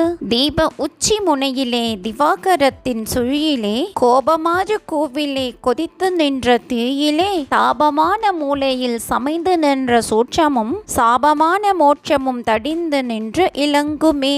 இதுதாங்க இந்த பாடல். திவாகரன் அப்படின்னா சூரியன், மோட்சம் அப்படின்னா வீடு பேரு. ஸோ இந்த பாட்டோட பொருள் என்ன அப்படின்னா, தீபத்தின் உச்சி முனையிலே சூரியன் விளங்கும் அகாரத்தின் சுழியில் குண்டலினி சக்தியை 6 ஆதாரங்களையும் கடந்து கோயிலாக இருக்கும் இடத்தை அறிந்து கோ என்ற உகாரத்தால் ஊதி நம் தீயாக கொதித்து நின்ற தீயான சிகாரத்தில் சேர்வீர்களாக. கோபமும் காமமும் தீயாக கொதித்து நிற்கும் மூலையில் வாளையாக சமைந்து நின்ற சூட்சமத்தை அறிந்து அதிலேயே தவம் செய்வீராக. அதனால் சாபங்களையும் பாவங்களையும் ஒழித்து வீடு பேரு அது என்று உணர்ந்து தியானம் செய்வீராக. அவ்வாலையில்தான் ஆன்மா நின்று விளங்குகின்றது அப்படின்னு சொல்லியிருக்காரு. இதுதாங்க இந்த பாட்டோட பொருள். அடுத்தது பாடல் 360. தேசிகன் சுழன்றதே திரிமுனையின் வாழையில், வேசமோடு வாழையில் வியனிருந்த மூலையில், நேச சந்திரோதயம் நிறைந்திருந்த வாரமில், வீசி வீசி நின்றதே விரிந்து நின்ற மோனமே. இதுதாங்க அந்த பாடல். தேசிகன் அப்படின்னா இறைவன், வாழை அப்படின்னா குண்டலினி சக்தி. ஸோ இந்த பாட்டோட பொருள் என்ன அப்படின்னா, உடலில் உடலில் இருக்கும் இறைவன் 3 முடிச்சுக்கள் அவிழும் போது வெளிப்படும் வாளையில் அவனும் வெளிப்படுவான். அவன் வெளிப்படாமல் வாளையோடு மறைந்து மூலாதாரத்திலும் அன்பால் சந்திர மண்டலத்தில் முழுமையான ஒளி பரவும் போதும் மோனம் கீழ்மேலாக பறந்து நிற்கும் அப்படின்னு சொல்லியிருக்காரு. இதுதாங்க இந்த பாட்டோட பொருள். இப்ப நம்ம பார்க்க போற பாடல் 361. உட்கமல மோனமில் உயங்கி நின்ற நந்தியை விக்கலோடு கீயுமாகி வில்வளைவின் மத்தியில் முட்பொதிந்தது என்னவே முடுகி நின்ற செஞ்சுடர் கட்குவைகள் போலவும் கடிந்து நின்ற காட்சியே. இதுதாங்க அந்த பாடல். செஞ்சுடர் அப்படின்னா செம்மையான சோதி, கட்குவை அப்படின்னா அண்டக்கல் அப்படின்னு சொல்லியிருக்காரு. ஸோ இந்த பாட்டோட பொருள் என்ன அப்படின்னா, உட்கமலமாக விளங்கும் 10ஆம் வாசலில் உள்ள ஓரெழுத்தான மௌனத்தில் இயங்கி நின்ற நந்தி என்ற நம் தீயாகிய ஆன்மாவை அறிந்து பிராணவாயுவை விக்கலை போல் தொண்டையில் இருந்து கீ எனும் சிகாரத்தில் மேலேற்றுவீராக. மூலாதார கமலத்திலிருந்து குண்டலினி சக்தியை உணர்ந்து நம் உடம்பில் வில்வளைவாக இருக்கும் புருவ மத்தியில் முட்களின் கூர்மை போல் பொதிந்து நின்ற மெய்ப்பொருளில் முடிந்து நின்று இயங்கும் செம்மையான சுடரில் சேர்க்க வேண்டும். இது யோக ஞானம். அதனால் அண்ட கல்லை அறிந்து அங்கே கல்லால மரத்தில் கலந்து காட்சி தரும் குரு அதுவென கண்டு உணர்வீராக அப்படின்னு சொல்லியிருக்காரு. இதுதாங்க இந்த பாட்டோட பொருள். அடுத்தது பாடல் 362. உந்தியின் சுழிவழியில் உச்சியுற்ற மத்தியில் சந்திரன் ஒளிகிரணம் தாண்டி நின்ற செஞ்சுடர் பந்தமாக வில்வளைவில் பஞ்சபூத விஞ்சயாம் கிந்து போல கீயில் நின்று கீச்சு மூச்சு என்றதே. இதுதாங்க அந்த பாடல். உந்தி அப்படின்னா தொப்புள், விஞ்சை அப்படின்னா வித்தை. ஸோ இந்த பாட்டோட பொருள் என்ன அப்படின்னா, தொப்புளில் உள்ள சுழியின் வழியாக மேலே செல்லும் மத்திய நாடி சந்திர மண்டலத்தை தாண்டும் போது சிவந்த ஒளியுடன் முதுகு தண்டின் வளைவில் பஞ்சபூத வித்தையால் ஒளியுடன் கலக்கும். அப்பொழுது கீச்சு மூச்சு என்ற ஒளி எழும் அப்படின்னு சொல்லியிருக்காரு. இதெல்லாம் சிவபாகியருடைய ஆசிகளோட நம்மளுக்கும் அந்த அனுபவம் கிடைச்சா மட்டும்தாங்க கேட்க முடியும். இந்த பாடல்கள் மூலமா இப்படியெல்லாம் கூட நமக்குள்ள இருக்கு அப்படின்னு தெரிஞ்சுக்க வச்சிருக்காரு. அவருடைய ஆசிகளால அடுத்த நிலை நம்மளுக்கும் வரும் அப்படின்னு நம்புவோம்.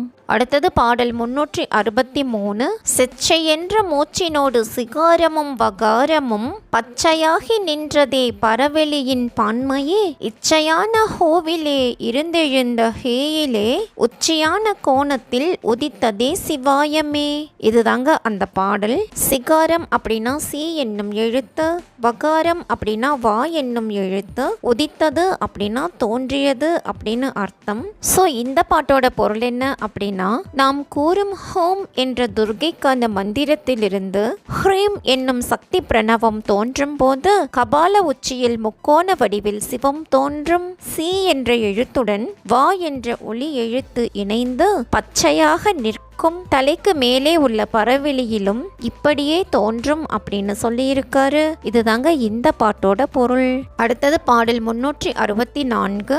6 மூலை கோணத்தில் அமைந்த ஒன்பதாத்திலே நாருமென்று நங்கையான நாவியும் தெரிந்திட கூறுமென்று ஐவர் அங்கு கொண்டு நின்ற மோனமே பாரு கொண்டு நின்றது பரந்ததே சிவாயமே.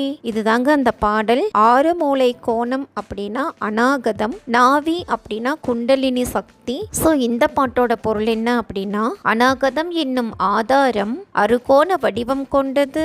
இது தொப்புளில் இருந்து 9 விரல் உயரத்தில் உள்ளது.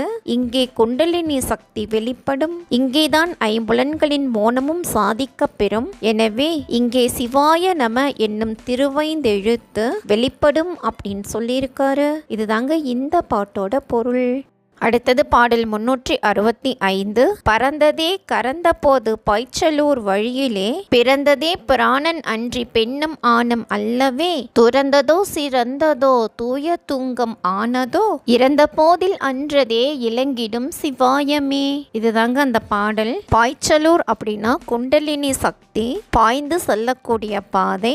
தூய துங்கம் அப்படின்னா மிகவும் தூய்மையானது அப்படின்னு அர்த்தம். ஸோ இந்த பாட்டோட பொருள் என்ன அப்படின்னா, அப்படின்னா குண்டலினி சக்தியானது யோக ஆதாரங்களில் பாய்ந்து செல்லும் பாதையில் நாதம் அல்லது ஒளி தோன்றும் போது விரைந்து வெளியே, அதாவது உச்சியில் சென்றுவிடும் அப்படின்னு சொல்லியிருக்காரு. இதுதாங்க இந்த பாட்டோட பொருள். இப்போ நம்ம பார்க்க போற பாடல் 366. அருளிருந்த வெளியிலே அறுக்க நின்ற இருளிலே, பொருளிருந்த சுழியிலே புரண்டெழுந்த வழியிலே, தெருளிருந்த கலையிலே தியங்கி நின்ற வலையிலே, குருவிருந்த வழியில் நின்று ஹோவும் ஹோயும் ஆனதே. இதுதாங்க அந்த பாடல்.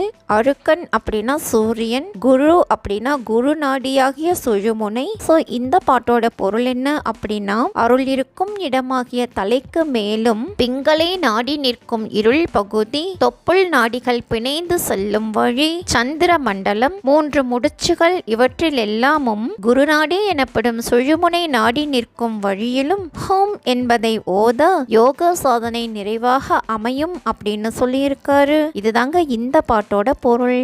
அடுத்தது பாடல் 367. ஆனதோர் எழுத்திலே அமைந்து நின்ற ஆதியே, கானமோடு தாளமீதில் கண்டறிவது இல்லையே, தானந்தானும் ஆனதே சமைந்த மாலை காலையில், வேனலோடு மாறு போல் விரிந்ததே சிவாயமே. இதுதாங்க அந்த பாடல். ஓர் எழுத்து அப்படின்னா ஓம் என்பது, கானம் அப்படின்னா இசை, வேனல் அப்படின்னா வெப்பம். ஸோ இந்த பாட்டோட பொருள் என்ன அப்படின்னா, ஓர் எழுத்தில் அமைந்த ஆதியாகிய இறைவனை அதே எழுத்தை இசையாக உச்சரிப்பதால் மட்டும் வெளிப்படுவதில்லை, அது இறைவன் அமரும் இடம் மட்டுமே ஆகும். அதை காலை மாலையாகிய சந்தியா வேளைகளில் அக்னி தோன்றும் அளவும் தொடர்ந்து உச்சரிக்க சிவாயமாய் அது விரியும் அப்படின்னு சொல்லியிருக்காரு. இதுதாங்க இந்த பாட்டோட பொருள். அடுத்தது பாடல் 368. ஆறு கொண்ட வாரியும் அமைந்து நின்ற தெய்வமும், தூறு கொண்ட மாரியும் துலங்கி நின்ற தூபமும், வீறு கொண்ட போனமும் விலங்கு முட்கமலமும், மாறு கொண்ட ஹூவிலே மடிந்ததே சிவாயமே. இதுதாங்க அந்த பாடல். வாரி அப்படின்னா கடல், தூறு அப்படின்னா துளி, மாரி அப்படின்னா மழை, கமலம் அப்படின்னா தாமரை, ஹோம் அப்படின்னா மந்திரம். ஸோ இந்த பாட்டோட பொருள் என்ன அப்படின்னா, ஹோம் என்னும் மந்திரத்தை தொடர்ந்து உச்சரிக்க ஆறு போல் நாடி மேல் நோக்கி ஓடும், பின்பு அது கபாலத்தில் உள்ள கடலில் கலக்கும், இதனால் மழை துளி போல் அமுத ஊற்று சுரக்கும், அப்போது உள் ஒளி தெளிவாகும். இவ்வகையான அனுபவம் மிக சிறந்தது ஆகும். அப்போது உள்ளே இருக்கும் யோக தாமரை வெளிப்படும் அப்படின்னு சொல்லியிருக்காரு. இதுதாங்க இந்த பாட்டோட பொருள். அடுத்தது பாடல் 369. வாயில் கண்ட கோணமில் வயங்கும் ஐவர் வைகியே, சாயல் கண்டு சார்ந்ததும் தலை மண்ணாய் உறைந்ததும், காயவண்டு கண்டதும் கருவூர் அங்கு சென்றதும், பாயுமென்று சென்றதும் பரந்ததே சிவாயமே. இதுதாங்க அந்த பாடல். ஐவர் அப்படின்னா ஐம்புலன்கள். ஸோ இந்த பாட்டோட பொருள் என்ன அப்படின்னா, சிவாய நம என்னும் மந்திரத்தை வாயால் உறக்க கூறாமல் மனதில் தொடர்ந்து உச்சரிக்க ஐம்புலன்களும் நம் வசப்பட்டு இறைநிலைக்கு திரும்பும். அப்போது கபால உச்சியில் அமுதம் உறைந்து பிறப்பின்மை உண்டாகும், முக்தி கிடைக்கும் அப்படின்னு சொல்லியிருக்காரு. இதுதாங்க இந்த பாட்டோட பொருள். அடுத்தது பாடல் 370. பறந்ததே துறந்த போது பாய்ச்சலூரின் வழியிலே, மறந்ததே கவ்வுமுற்ற வானர் கையின் மேவியே, பிறந்ததே இறந்த போதின் பீடிடாமல் கீழிலே, சிறந்து நின்ற மோனமே தெளிந்ததே சிவாயமே. இதுதாங்க அந்த பாடல்.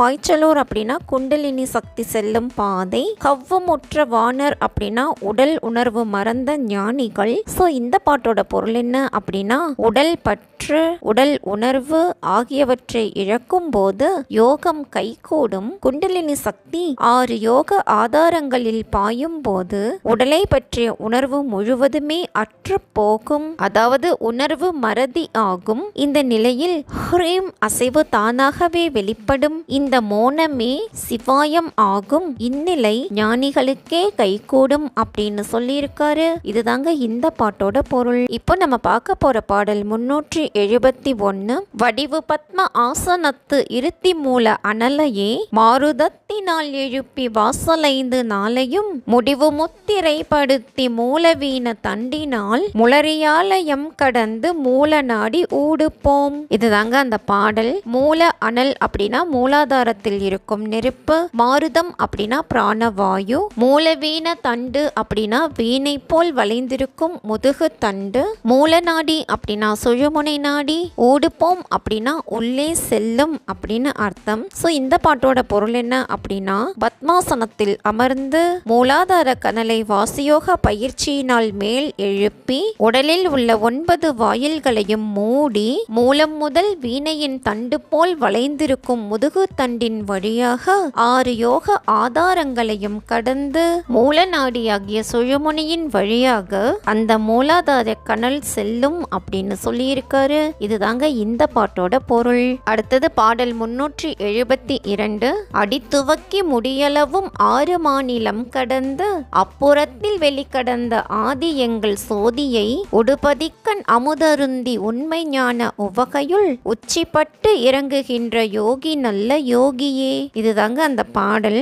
6 மாநிலம் அப்படின்னா 6 யோக ஆதாரங்கள், சோதி அப்படின்னா இறைவன், உடுபதி அப்படின்னா சந்திர மண்டலம், உவகை அப்படின்னா பெரு மகிழ்ச்சி. சோ இந்த பாட்டோட பொருள் என்ன அப்படின்னா, 6 யோக ஆதாரங்களையும் சுழுமுனையின் நாடி ஒளியால் உணர்வை கடந்து தலைக்கு மேல் உள்ள வெளியையும் கடந்திருப்பவன் ஆதியாகிய சோதி வடிவில் இருக்கும் எங்கள் இறைவன். சந்திர மண்டலத்தில் உண்டாகும் அமுதத்தை பருகி உண்மை அறிவை அடைந்த பேரானந்தத்தில் உச்சியிலிருந்து கீழ்வரை இறங்கும் உணர்வை உடையவனே நல்ல யோகி ஆவான் அப்படின்னு சொல்லியிருக்காரு. இதுதாங்க இந்த பாட்டோட பொருள். அடுத்தது பாடல் 373.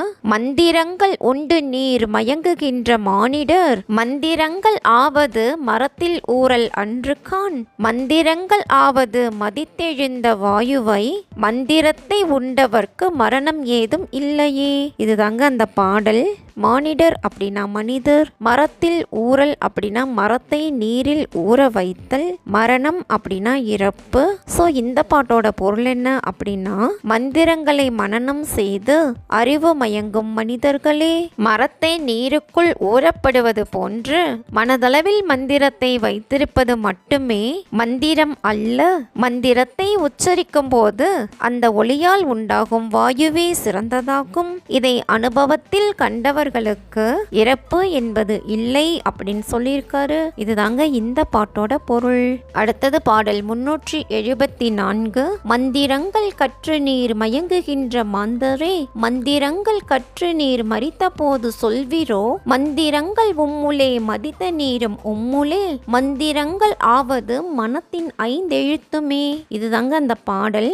மாந்தரே அப்படின்னா மனிதரே, மரித்த போது அப்படின்னா இறந்த போது, 5 எழுத்து அப்படின்னா சிவாய நம என்னும் திருவைந்தெழுத்து. சோ இந்த பாட்டோட பொருள் என்ன அப்படின்னா, மந்திரங்களை கற்று அறிவு மயக்கம் கொள்ளும் மனிதர்களே நீங்கள் கற்ற அந்த மந்திரங்களை இறந்த பின்பா உச்சரிப்பீர்கள். மந்திரமும் அதை மதித்த நீங்களும் உங்களுக்குள் இருக்கின்றீர்கள். மந்திரம் ஆவது சிவாய நம என்னும் திருவைந்தெழுத்துக்களே ஆகும் அப்படின்னு சொல்லியிருக்காரு. இதுதாங்க இந்த பாட்டோட பொருள். அடுத்தது பாடல் 375. உள்ளதோ புறம்பதோ உயிர் ஒடுங்கி நின்றிடம் மெல்ல வந்து கிட்டி நீர் வினாவ வேண்டும் என்கிறீர் உள்ளதும் பிறப்பதும் ஒத்த போது நாதமாம் கள்ளவாசலை திறந்து காண வேண்டும் மாந்தரே. இதுதாங்க அந்த பாடல். புறம்பதோ அப்படின்னா வெளியிலோ, ஒடுங்கி அப்படின்னா அடங்கி, கிட்டி அப்படின்னா அணுகி, நாதம் அப்படின்னா ஒளி, கள்ளவாசல் அப்படின்னா மறைவான வாயில். சோ இந்த பாட்டோட பொருள் என்ன அப்படின்னா, உயிர் இருப்பது உள்ளேயா வெளியிலேயா என்று மெல்ல வந்து அதை அணுகி விசாரிக்க வேண்டும் என்று சொல்லும் மனிதர்களே, உள்ளிருப்பதும் அது பற்றிய எண்ணம் பிறப்பதும் ஒத்த போது ஒளியானது உடலில் தோன்றும். அந்த ஒளியானது செல்லும் மறைவான வாயிலை திறந்து பார்த்து அறிய வேண்டும் அப்படின்னு சொல்லியிருக்காரு. இதுதாங்க இந்த பாட்டோட பொருள். இப்போ நம்ம பார்க்க போற பாடல் 376. ஓரெழுத்து லிங்கமாய் ஓதும் அட்சரத்துலே ஓரெழுத்து ஓரெழுத்து இயங்குகின்ற உண்மையை அறிகிலீர். மூவெழுத்து மூவராய் முளைத்தெழுந்த சோதியை நாவெழுத்து நாவுலே நவின்றதே சிவாயமே. இதுதாங்க அந்த பாடல். ஓரெழுத்து அப்படின்னா ஓம் என்பது அட்சரம் அப்படின்னா எழுத்து, மூவெழுத்து மூவர் அப்படின்னா பிரம்மா விஷ்ணு ருத்ரன் ஆகியோர். சோ இந்த பாட்டோட பொருள் என்ன அப்படின்னா, ஓர் எழுத்தாகிய ஓம் என்னும் எழுத்தை ஓதும் போது அதன் உண்மையை நீங்கள் அறியாதவர்களாக இருக்கின்றீர்கள். ஓர் எழுத்தில் பிரியும் ஆ உ என்ற 3 எழுத்துக்களும் மும்மூர்த்திகளுக்குரிய ஒளியாக தோன்றி வளரும். இதை நாவில் உச்சரிக்கும் எழுத்தாக ஓசை வெளிப்படாமல் செய்வதே சிவாயமாகும் அப்படின்னு சொல்லியிருக்காரு. இதுதாங்க இந்த பாட்டோட பொருள். அடுத்தது பாடல் 377. முத்தி சித்தி தொந்தமாய் முயங்குகின்ற மூர்த்தியை மற்றுதித்த அப்புணல்கள் ஆகும் மத்தி அப்புலன் அத்தர் நித்தர் காலகண்டர் அன்பினால் அனுதினம் உச்சரித்து உளத்திலே அறிந்துணர்ந்து கொன்மினே. இதுதாங்க அந்த பாடல். முத்தி அப்படின்னா வீடு பேரு, அத்தர் அப்படின்னா தலைவர், நித்தர் அப்படின்னு சொல்லலாம், காலகண்டர் அப்படின்னா கருத்த கண்டம் உடையவர், அனுதினம் அப்படின்னா நாள்தோறும் அப்படின்னு அர்த்தம். சோ இந்த பாட்டுக்கு என்ன பொருள் அப்படின்னா, முத்தி மற்றும் பலவித அரிய ஆற்றல்களையும் வழங்கும் இறைவனை தியானிக்கும் போது உடலில் பலவித புனல்கள் உண்டாகின்றன, அவை மத்தியில் அமுதமாகின்றன. தலைவராகவும் என்றும் இருப்பவராகவும் கரிய கண்டம் கொண்டவராகவும் உள்ள அந்த இறைவனை அன்பினால் நாள்தோறும் அவருடைய நாமத்தை கூறி அவர் அருளை அறிந்து கொள்வீராக அப்படின்னு சொல்லியிருக்காரு. இதுதாங்க இந்த பாட்டோட பொருள். அடுத்தது பாடல் 378. மூன்றிரண்டும் ஐந்துமாய் முயன்றெழுந்த தேவராய் மூன்றிரண்டும் ஐந்ததாய் முயன்றதே உலகெல்லாம் ஈன்ற தாயும் அப்பனும் இயங்குகின்ற நாதமாய் தோன்றுமோர் எழுத்தினோடு சொல்ல ஒன்றும் இல்லையே. இதுதாங்க இந்த பாடல். நாதம் அப்படின்னா ஒளி, ஓர் எழுத்து அப்படின்னா ஓம் என்னும் எழுத்து. சோ இந்த பாட்டோட பொருள் என்ன அப்படின்னா, பிரம்மா விஷ்ணு ருத்ரன் ஆகிய 3 தேவர்களாய் உமையொரு பாகனாய் படைத்தல் காத்தல் அழித்தல் மறைத்தல் அருளல் என்னும் 5 தொழிலும் செய்பவராய் முயன்று தொழில்படும் கடவுளர்களாலேயே இவ்வுலகமும் முயற்சி உடையதாய் திகழ்கிறது. பெற்ற தாயும் தந்தையுமாக இயங்கும் ஓர் எழுத்து ஓம் என்னும் மந்திரம் ஆகும். இதை தியானித்தால் எந்த துன்பமும் இல்லை அப்படின்னு சொல்லியிருக்காரு. இதுதாங்க இந்த பாட்டோட பொருள். அடுத்தது பாடல் 379. வெளியுருக்கி அஞ்செழுத்து விந்துநாத சத்தமும் தலியுருக்கி நெய் கலந்து சகல சக்தி ஆனதும் வெளியிலும் அவ்வினையிலும் இருவரை அறிந்த பின் வெளிக்கடந்த தன்மையால் தெளிந்ததே சிவாயமே. இதுதாங்க அந்த பாடல். அஞ்செழுத்து அப்படின்னா சிவாய நம என்னும் திருவைந்தெழுத்து, விந்து அப்படின்னா ஒளி, நாதம் அப்படின்னா ஒளி, சகல சக்தி அப்படின்னா அனைத்து சக்தி, இருவர் அப்படின்னா சிவமும் சக்தியும் அப்படின்னு அர்த்தம். சோ இந்த பாட்டோட பொருள் என்ன அப்படின்னா, பறந்து நிற்கும் வெளியை உருக்கினால் திருவைந்தெழுத்தாகும். விந்து நாதம் என்னும் 2 சக்திகள் சேர்ந்தே அனைத்து சக்தியும் ஆகின. வெட்ட வெளியிலும் எல்லா செயல்களிலும் சிவசக்திகளாகிய அந்த இருவரை அறிந்தால் வெளிக்கடந்த அனுபவமும் சிவாயமும் நாம் பெறலாம் அப்படின்னு சொல்லியிருக்காரு. இதுதாங்க இந்த பாட்டோட பொருள். அடுத்தது பாடல் 380. முப்புறத்தில் அப்புறம் முக்கண்ணன் விளைவிலே சிற்பரத்துள் உற்பனம் சிவாயம் அஞ்செழுத்துமாம் தற்பரம் உதித்து நின்று தானுவெங்கும் ஆனபின் இப்பரம் ஒடுங்கும்படி எங்கும் லிங்கம் ஆனதே. இதுதான் அந்த பாடல். முக்கணன் அப்படின்னா சிவபெருமான், தற்பரம் அப்படின்னா இறைவன், தானு அப்படின்னா அழிவற்ற. சோ இந்த பாட்டோட பொருள் என்ன அப்படின்னா, முப்பரத்துக்கும் அப்பால் 3 கண்கள் கொண்ட சிவபெருமானே தோன்றுவான். சித்தமானது பரத்துடன் ஒன்றி 5 எழுத்தாகிய சிவாய நமத்தின் பயன் ஆகும். அங்கே தற்பரமாகிய இறைவன் தோன்றி அனைத்து பொருள்களிலும் தங்கும் முடிவில் ஒளித்தூணாய் திரளும் அப்படின்னு சொல்லியிருக்காரு. இதுதாங்க இந்த பாட்டோட பொருள். இப்போ நம்ம பார்க்க போற பாடல் 381. ஆடி நின்ற சீவன் ஓர் 5 பஞ்சபூதமோ கூடி நின்ற சோதியோ குலாவி நின்ற மூலமோ நாடு கண்டு நின்றதோ நாவு கற்ற கல்வியோ வீடு கண்டு விண்டிடின் வெட்ட வெளியும் ஆனதே. இதுதாங்க அந்த பாடல். சீவன் அப்படின்னா உயிர், விண்டிடின் அப்படின்னா நீங்கினால், குலாவி அப்படின்னா பரவி அப்படின்னு அர்த்தம். சோ இந்த பாட்டோட பொருள் என்ன என்ன அப்படின்னா, உடலில் இருக்கும் உயிர் பஞ்சபூதங்களா அல்லது சிவசோதியா அல்லது எங்கும் பரவிய மூலப்பொருளா இடம் தேடி இவ்வுடலில் வந்து தானே நின்றதோ, இந்த சீவனுக்கு உரிய அறிவும் நாவில் கற்ற கல்வியால் வந்ததோ, இந்த ஆன்மாவானது இந்த உடலை விட்டு பிரிந்தால் வெளியோடு வெளியாக ஆகிவிடுமோ, யோக வழியில் தொடர்ந்து செல்லும் போது இது போன்ற பலவிதமான சந்தேகங்கள் எழும் அப்படின்னு சிவபாக்கியர் அவர்கள் சொல்லியிருக்காரு. இதுதாங்க இந்த பாட்டோட பொருள். அடுத்தது பாடல் 382. உருத்தரித்த போது சீவன் ஒக்க நின்ற உண்மையும் திருத்தமுள்ளது ஒன்றிலும் சிவாயம் அஞ்செழுத்துமாம், இருத்து நின்று உருத்தடங்கி ஏகபோகம் ஆன பின் கருத்து நின்று உதித்ததே கபாலம் ஏந்தும் நாதனே. இதுதாங்க அந்த பாடல். உருத்தரித்த அப்படின்னா வடிவம் பெற்ற, கபாலம் அப்படின்னா மண்டையோடு. சோ இந்த பாட்டோட பொருள் என்ன அப்படின்னா, கருவாக இருந்து உருவாக வந்த உடலில் உயிர் வந்து ஒன்றுகிறது. முழுமை பெற்ற அனைத்து பொருளிலும் சிவாய நம என்னும் 5 எழுத்துகளும் இருக்கின்றன. இத்தகைய இறைவனை யார் உள்ளத்தால் நினைத்தாலும் அவர் மனதில் இறைவன் வந்து அமர்ந்து விடுவார். அவர்தான் கையில் கபாலம் ஏந்திய சிவபெருமான் அப்படின்னு சொல்லியிருக்காரு. இதுதாங்க இந்த பாட்டோட பொருள். அடுத்தது பாடல் 383. கருத்தரித்து உதித்த போது கமலபீடம் ஆனதும், கருத்தரித்து உதித்த போது காரணங்கள் ஆனதும், கருத்தரித்து உதித்த போது கரணம் 2 கண்களாய் கருத்து நின்று உதித்ததே கபாலம் ஏந்து நாதனே.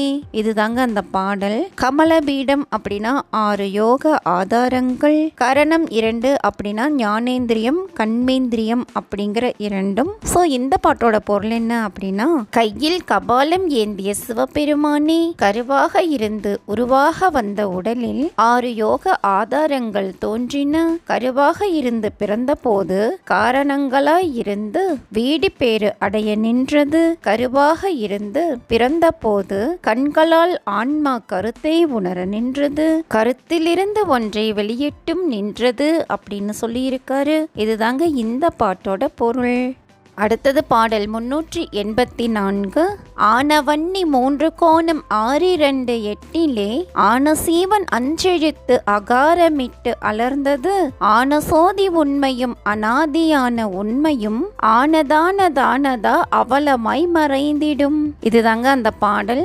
வன்னி அப்படின்னா அக்னி, 3 கோணம் அப்படின்னா மூலாதாரம், 8 அப்படின்னா 8 இதழ்களை கொண்ட சகசிராரம் அப்படின்னு அர்த்தம். ஸோ இந்த பாட்டோட பொருள் என்ன அப்படின்னா, மூலாதார முக்கோணத்திலும் அநாகதத்தின் 12 இதழ்களிலும் கபால நடுவில் உள்ள 8 இதழ்களிலும் யோக பயிற்சியின் மூலம் அக்னி வெளிப்பட்டது. சிவாய நம என்னும் மந்திரத்தாலும் ஓம் என்னும் பிரணவத்தை ஒலிப்பதாலும் அந்த நெருப்பு சிறந்து தோன்றும். இறுதியில் இது தானாகவே மறையும் அப்படின்னு சொல்லியிருக்காரு. இதுதாங்க இந்த பாட்டோட பொருள். அடுத்தது பாடல் 385.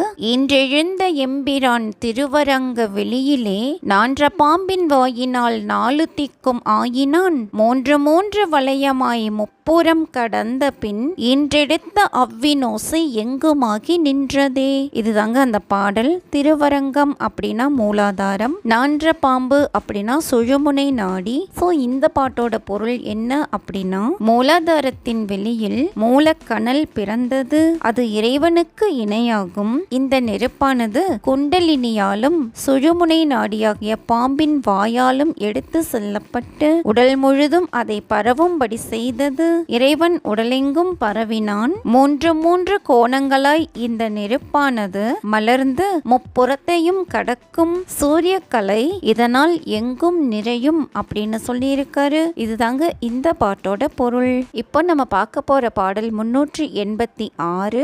எங்குமெங்கும் ஒன்றலோ ஈரேழ் லோகம் ஒன்றலோ அங்குமிங்கும் ஒன்றலோ அனாதியானது ஒன்றலோ தங்கு தாப்பரங்களும் தரித்து வராது ஒன்றலோ உங்கள் எங்கள் பங்குனில் உதித்ததே சிவாயமே. இதுதாங்க அந்த பாடல். ஈரேழ் லோகம் அப்படின்னா 14 உலகம், தாவரங்கள் அப்படின்னா தாவரங்கள். சோ இந்த பாட்டோட பொருள் என்ன அப்படின்னா, எல்லா இடங்களிலும் 14 உலகங்களிலும் அவ்விடத்திலும் இவ்விடத்திலும் அனாதியாய் இருக்கின்ற ஒரு பொருள்தானே இருக்கிறது.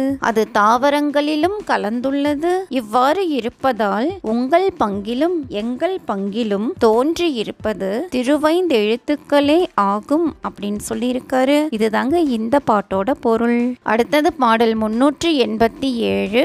அம்பரத்தில் ஆடும் சோதியான வன்னி மூலமாம் அம்பரமும் தம்பரமும் அகோரமிட்டு அலர்ந்ததும் அம்பர குழியிலே அங்கமிட்டு உருக்கிட அம்பரத்தில் ஆதியோடு அமர்ந்ததே சிவாயமே. இதுதாங்க அந்த பாடல். அம்பரம் அப்படின்னா அம்பலம், வன்னி அப்படின்னா சோதி. ஸோ இந்த பாட்டோட பொருள் என்ன அப்படின்னா, திருச்சிற்றம்பலத்தில் ஆடும் சிவபெருமானே சோதியானவன். அந்த சோதியே மூலாதார சுடராகும். அது ஆடரங்காக ஆக்கி 6 யோக ஆதாரங்களை நோக்கி சீறி பாய்ந்தது. இடையில் உந்திச் சுழியிலும் நிரம்பியது. உடலில் பல இடங்களிலும் பரவிய சிவசோதி முடிவில் உடலிலிருந்து வெளிப்பட்டு சிவசோதியுடனேயே கலந்தது அப்படின்னு சொல்லியிருக்காரு. இதுதாங்க இந்த பாட்டோட பொருள். அடுத்தது பாடல் 388. வாடிலாத பூமலர்ந்து வண்டுரிசை நாவிலே ஓடி நின்று உருவெடுத்து உகாரமாய் அலர்ந்ததும் ஆடியாடி அங்கமும் அகப்பட கடந்த பின் கூடி நின்று உலாவுமோ குருவிருந்த கோலமே. இதுதாங்க அந்த பாடல். உகாரம் அப்படின்னா ஊ என்னும் எழுத்து, அங்கம் அப்படின்னா உடல், குரு அப்படின்னா ஆசான். சோ இந்த பாட்டோட பொருள் என்ன அப்படின்னா, மனிதரே வாடாத பூக்களானவை மலர்ந்து வண்டு நாவினால் சுவையை பார்க்க இடமாக அமைவது போல அங்குமிங்குமாக ஓடி வடிவம் எடுத்து உகாரமாக அலர்ந்தது. அனைத்து இடங்களில் திருநடனமிட்டு அங்கங்களெல்லாம் தம்மிடத்திலே அகப்பட கடந்த பின் சீவர்களிடத்தில் கலந்து குருவிருந்த கோலமானது உலவியது. அனைத்தையும் குருவிடம் அர்ப்பணம் செய்த பிறகுதான் குருவினுடைய உபதேசம் கிடைக்கும் அப்படின்னு சொல்லியிருக்காரு. இதுதாங்க இந்த பாட்டோட பொருள். அடுத்தது பாடல் 389. விட்டடி விரைத்ததோ வேறுருக்கி நின்றதோ எட்டி நின்ற சீவனும் ஈரேழ் லோகம் கண்டதோ தட்டுருவமாகி நின்ற சதாசிவத்து ஒளியதோ வட்ட வீடு அறிந்த பேர்கள் வான தேவராவரே. இதுதாங்க அந்த பாடல். சீவன் அப்படின்னா ஆன்மா, ஈரேழ் லோகம் அப்படின்னா 14 உலகம். சோ இந்த பாட்டோட பொருள் என்ன அப்படின்னா, இறைவன் எழுந்து அருளி இருக்கின்ற உண்மை இடத்தை உள்ளபடியே நன்கு உணர்ந்தவர்கள் விண்ணுலகை ஆள்வதற்குரிய தேவர்கள் ஆவார்கள் அப்படின்னு சொல்லியிருக்காரு. இதுதாங்க இந்த பாட்டோட பொருள். அடுத்தது பாடல் 390. வானவர் நிறைந்த சோதி மானிட கருவிலே வானதேவர் அத்தனைக்குள் வந்தடைவர் வானவர் வானகமும் மன்னகமும் வட்ட வீடு அறிந்த பின் வானெல்லாம் நிறைந்த மண்ணும் மாணிக்கங்கள் ஆனவே. இதுதாங்க அந்த பாடல். மண்ணும் அப்படின்னா நிலை பெறும், வானவர் அப்படின்னா தேவர். சோ இந்த பாட்டோட பொருள் என்ன அப்படின்னா, வானில் உள்ள சூரிய சந்திர நட்சத்திர சுடர்கள் மனிதன் கருவில் இருக்கும் போதே பதியும். மற்ற தேவர்களுடைய அருளும் மனிதருள் வந்து சேரும். வானை விட்டு வந்த அவர்களை மண்ணையும் விட்டு வாக்காக உணர்வாக வெளியேறும் போது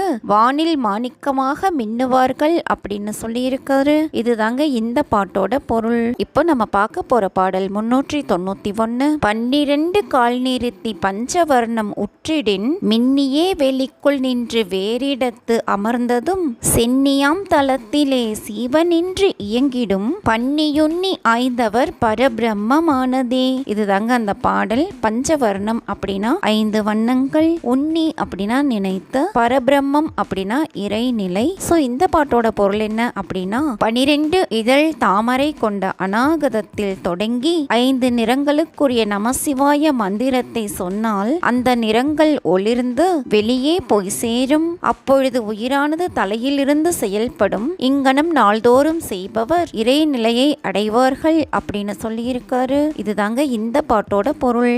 அடுத்தது பாடல் 392. உச்சி கண்டு கண்கள் கட்டி உண்மை கண்டது எவ்விடம் மச்சு மாளிகைக்குள்ளே மானிடம் கலப்பிரேல் எச்சிலான வாசல்களும் ஏகபோகம் ஆய்விடும் பச்சை மாலும் ஈசனும் பரந்ததே சிவாயமே. இதுதாங்க அந்த பாடல். மச்சு மாளிகை அப்படின்னா உடல், எச்சிலான வாசல்கள் அப்படின்னா தூய்மையற்ற 9 துளைகள். ஸோ இந்த பாட்டோட பொருள் என்ன அப்படின்னா, கண்களை மூடிக்கொண்டு கபால உச்சியில் சோதியை கண்ட பின்பு அது எங்கே சென்று ஒடுங்கியது? வேறு அண்டங்களில் மனித உடலோடு கலப்பீரானால் நம் உடலின் தூய்மை அற்றிருந்த 9 வாயில்களும் ஏகபோகமாய் ஒளி வீசி நிற்கும். திருமாலிற்குரிய நடுவுடல் பகுதியும் சிவனிற்குரிய உச்சி உடலும் ஒளியோடு சேர்ந்து விளங்கும் அப்படின்னு சொல்லியிருக்காரு. இதுதாங்க இந்த பாட்டோட பொருள். அடுத்தது பாடல் 393. வாயிலிட்டு நல்லுரிசை அட்சரத்து ஒளியிலே கோயிலிட்டு வாவியுமாம் கொம்பிலே உலர்ந்தது ஆயிலிட்ட காயமும் அநாதியிட்ட சீவனும் வாயுவிட்ட வன்னியும் வளர்ந்ததே சிவாயமே.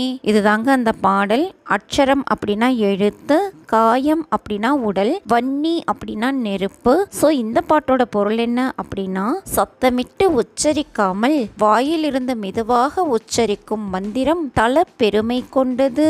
உடலும் உயிரும் எழுப்பும் வாயுவும் நெருப்பும் இந்த தெய்வீக மந்திரத்தை எழுப்பி பயன் தந்தவைகள் ஆகும் அப்படின்னு சொல்லியிருக்காரு. இதுதாங்க இந்த பாட்டோட பொருள். அடுத்தது பாடல் 394. அட்சரத்தை உச்சரித்து அநாதி அங்கி மூலமாம் அட்சரத்தையுன் திறந்த சோதமிட்டலர்ந்ததும் அட்சரத்தில் உட்கரும் அகப்பட கடந்த பின் அட்சரத்தில் ஆதியோடு அமர்ந்ததே சிவாயமே. இதுதாங்க அந்த பாடல். அட்சரம் அப்படின்னா எழுத்து, அங்கி அப்படின்னா நெருப்பு. அதாவது இங்கே குண்டலினி சக்தியை சொல்லியிருக்காரு.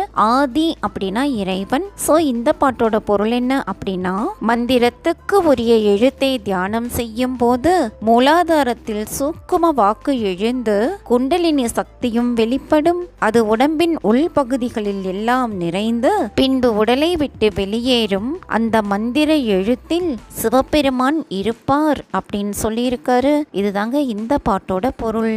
அடுத்தது பாடல் 395. கோயிலும் குளங்களும் குறியினில் குருக்களாய் மாயிலும் மடியிலும் மனத்திலே மயங்குரீர் ஆயனை அரணையும் அறிந்துணர்ந்து கொள்வீரேல் தாயினும் தகப்பனோடு தான் அமர்ந்தது ஒக்குமே. இதுதாங்க இந்த பாடல். மடிதல் அப்படின்னா மறைதல், ஆயன் அப்படின்னா திருமால், அரண் அப்படின்னா சிவபெருமான். ஸோ இந்த பாட்டுக்கு என்ன பொருள் அப்படின்னா, கோயிலில் பூசை செய்ய குருக்கள் கிடைக்காவிட்டாலும் அல்லது அவர்கள் மறைந்தே விட்டாலும் மனதால் மயங்கும் மக்களே, இனி நீங்கள் அவ்வாறு மயங்க வேண்டியது இல்லை. இடைத்தரகர் யாரும் இல்லாமலேயே இறைவனை நாம் அறியலாம். அப்படி அறிந்தவர்களுக்கு அந்த இறைவனே பெற்றோராக விளங்குவான் அப்படின்னு சொல்லியிருக்காரு. இதுதாங்க இந்த பாட்டோட பொருள். இப்போ நம்ம பார்க்க போற பாடல் 396. கோயிலெங்கும் ஒன்றலோ குளங்கள் நீர்கள் ஒன்றலோ தேயுவாயு ஒன்றலோ சிவனும் அங்கே ஒன்றலோ ஆய சீவன் எங்குமாய் அமர்ந்தவாரது ஒன்றலோ காயம் ஏது அறிந்த பேர்கள் காட்சியாவர் காணுமே. இதுதாங்க அந்த பாடல். தேயு அப்படின்னா நெருப்பு, வாயு அப்படின்னா காற்று, காயம் அப்படின்னா உடல், ஈது அப்படின்னா இது.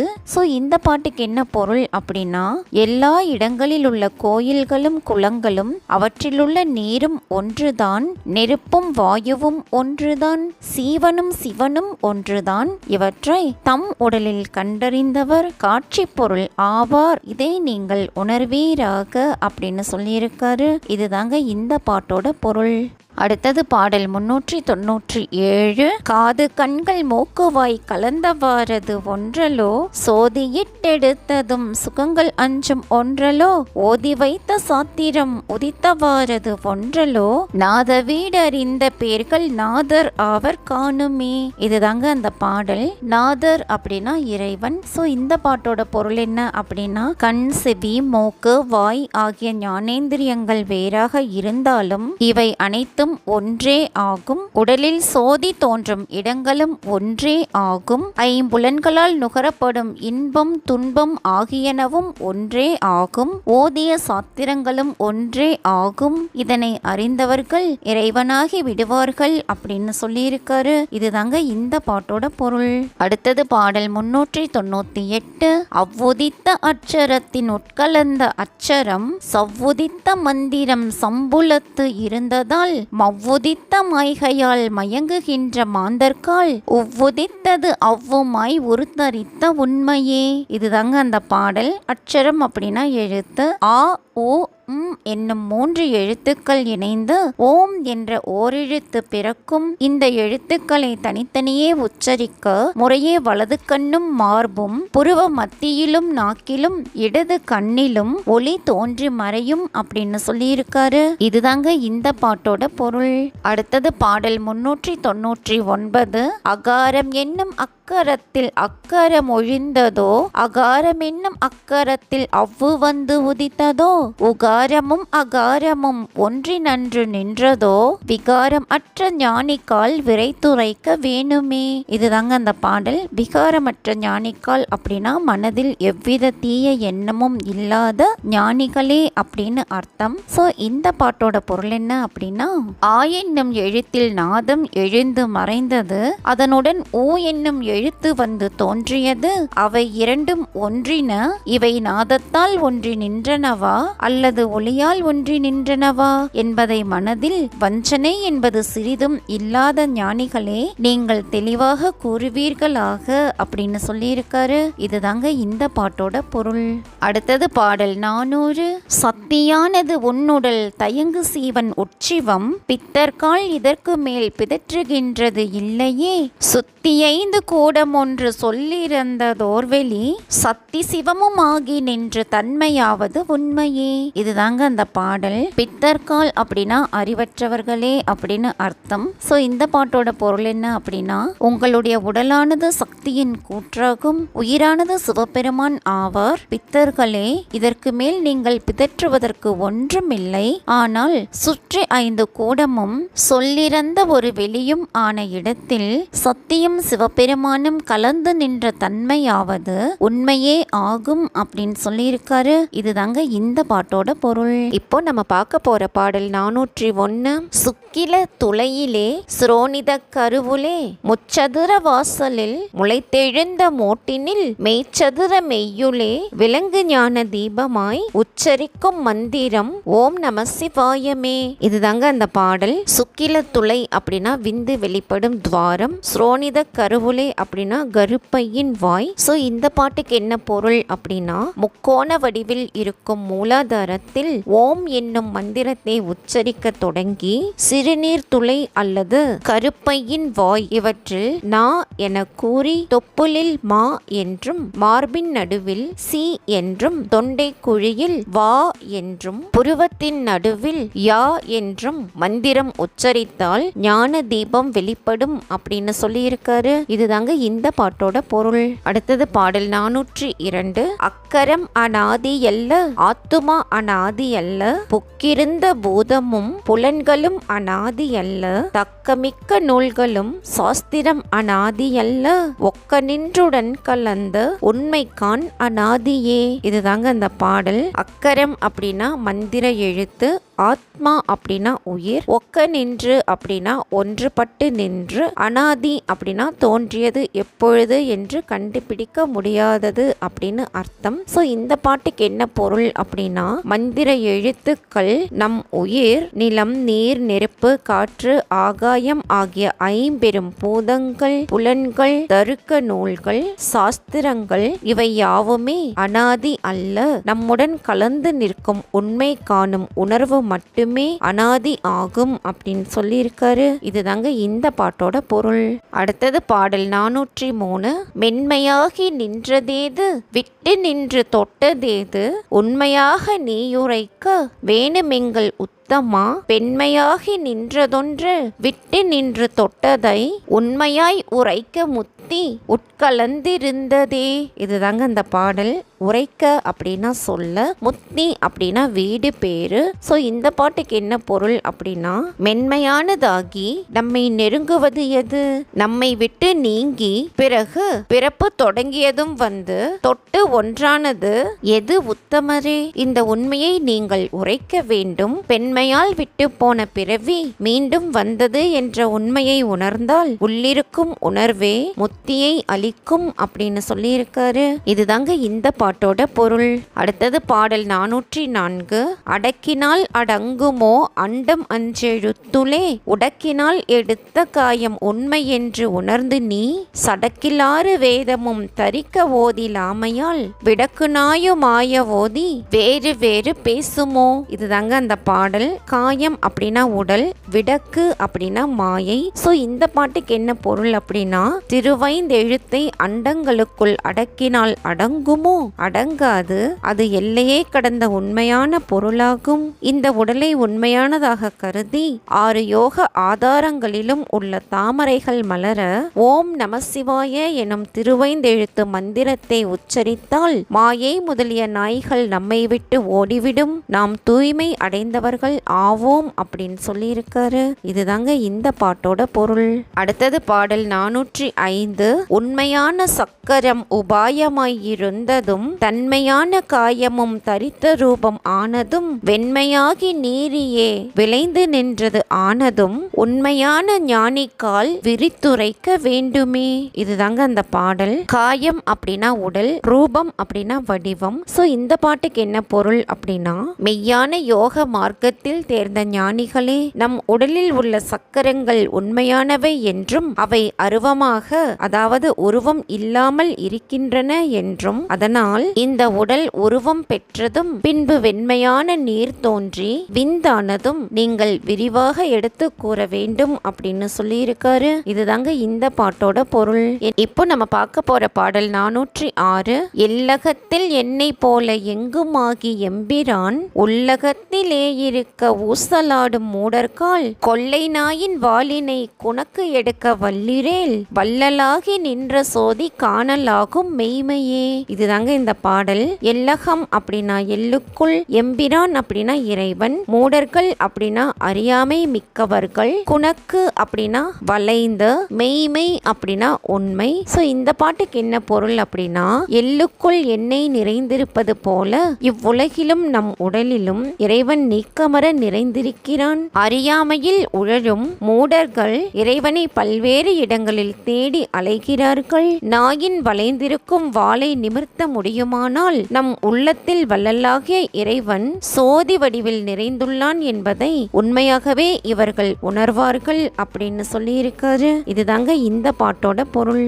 அடுத்தது பாடல் 407. வேணுமென்ற ஞானமும் விரும்புகின்ற நூலிலே தானுவுண்டு அங்கு என்கிறீர் தரிக்கிலீர் மறக்கிலீர் தானுவொன்று மூல நாடி தன்னுள் நாடி உம்முலே காணுமன்றி வேறு யாவும் கணாமயக்கம் ஒக்குமே.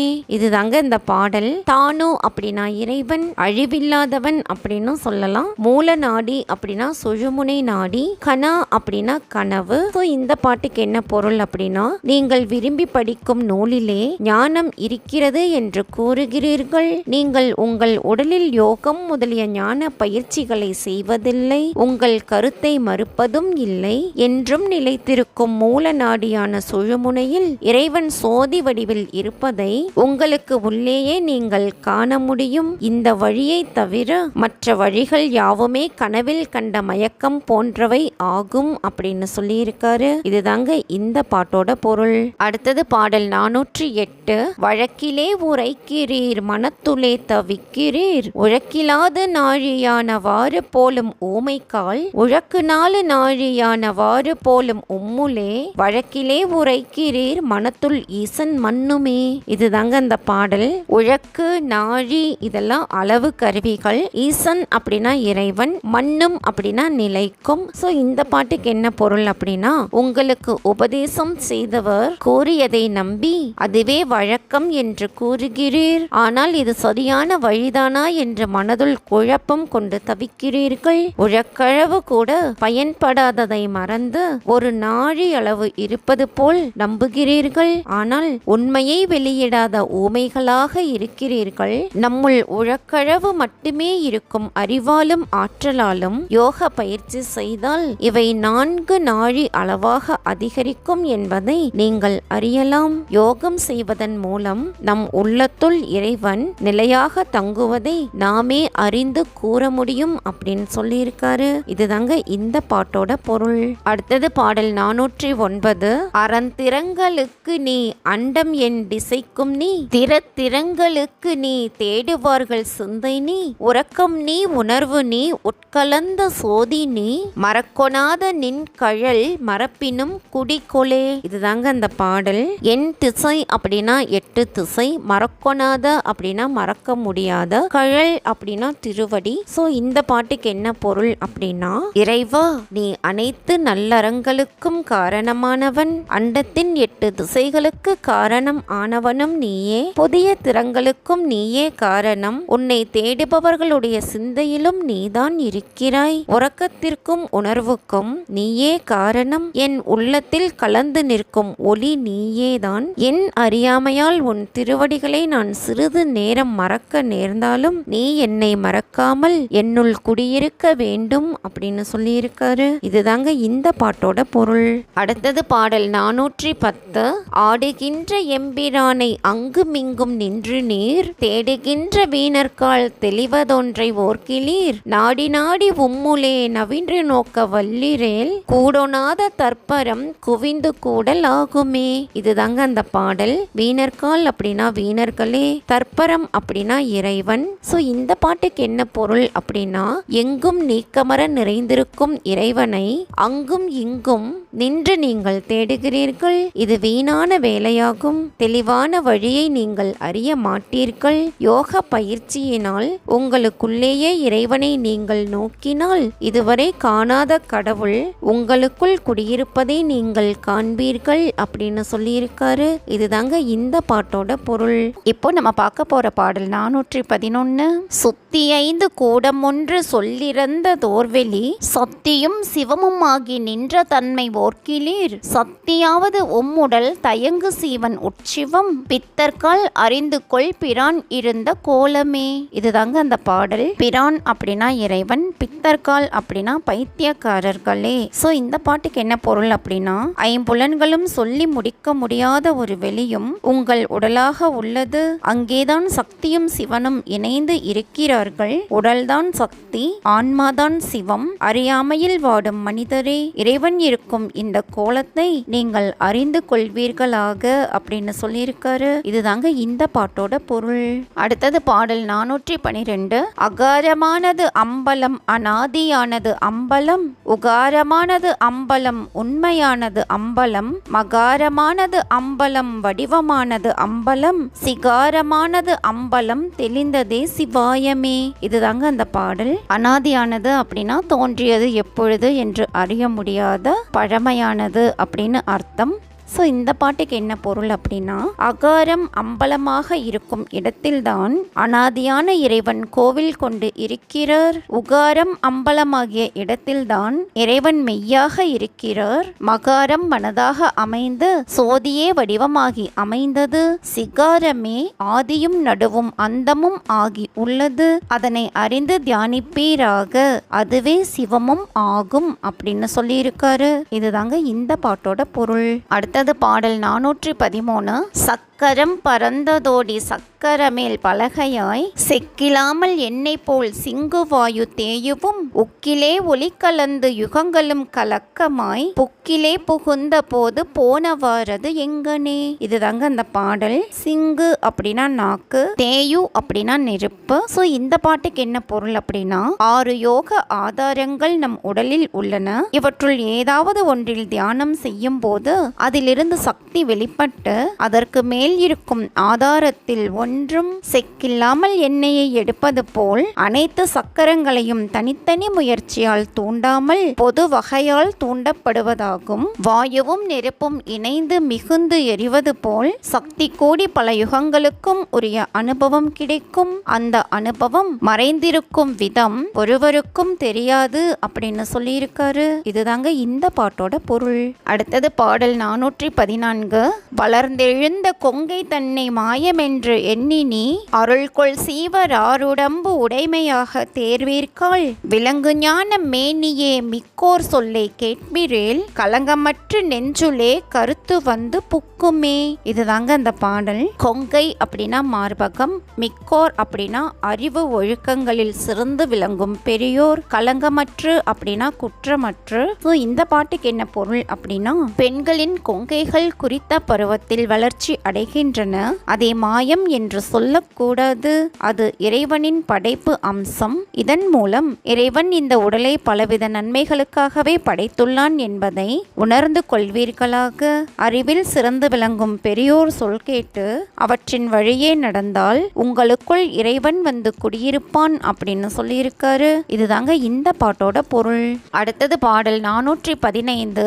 4 வேதம் ஓதுகின்ற ஞானம் ஒன்று அறிவிரோ, 4 சாமம் ஆகியே நவின்ற ஞான போதமாய் ஆலமுண்ட கண்டனும் அயனும் அந்த மாலுமாய் சால உண்ணி நெஞ்சுலே தரித்ததே சிவாயமே.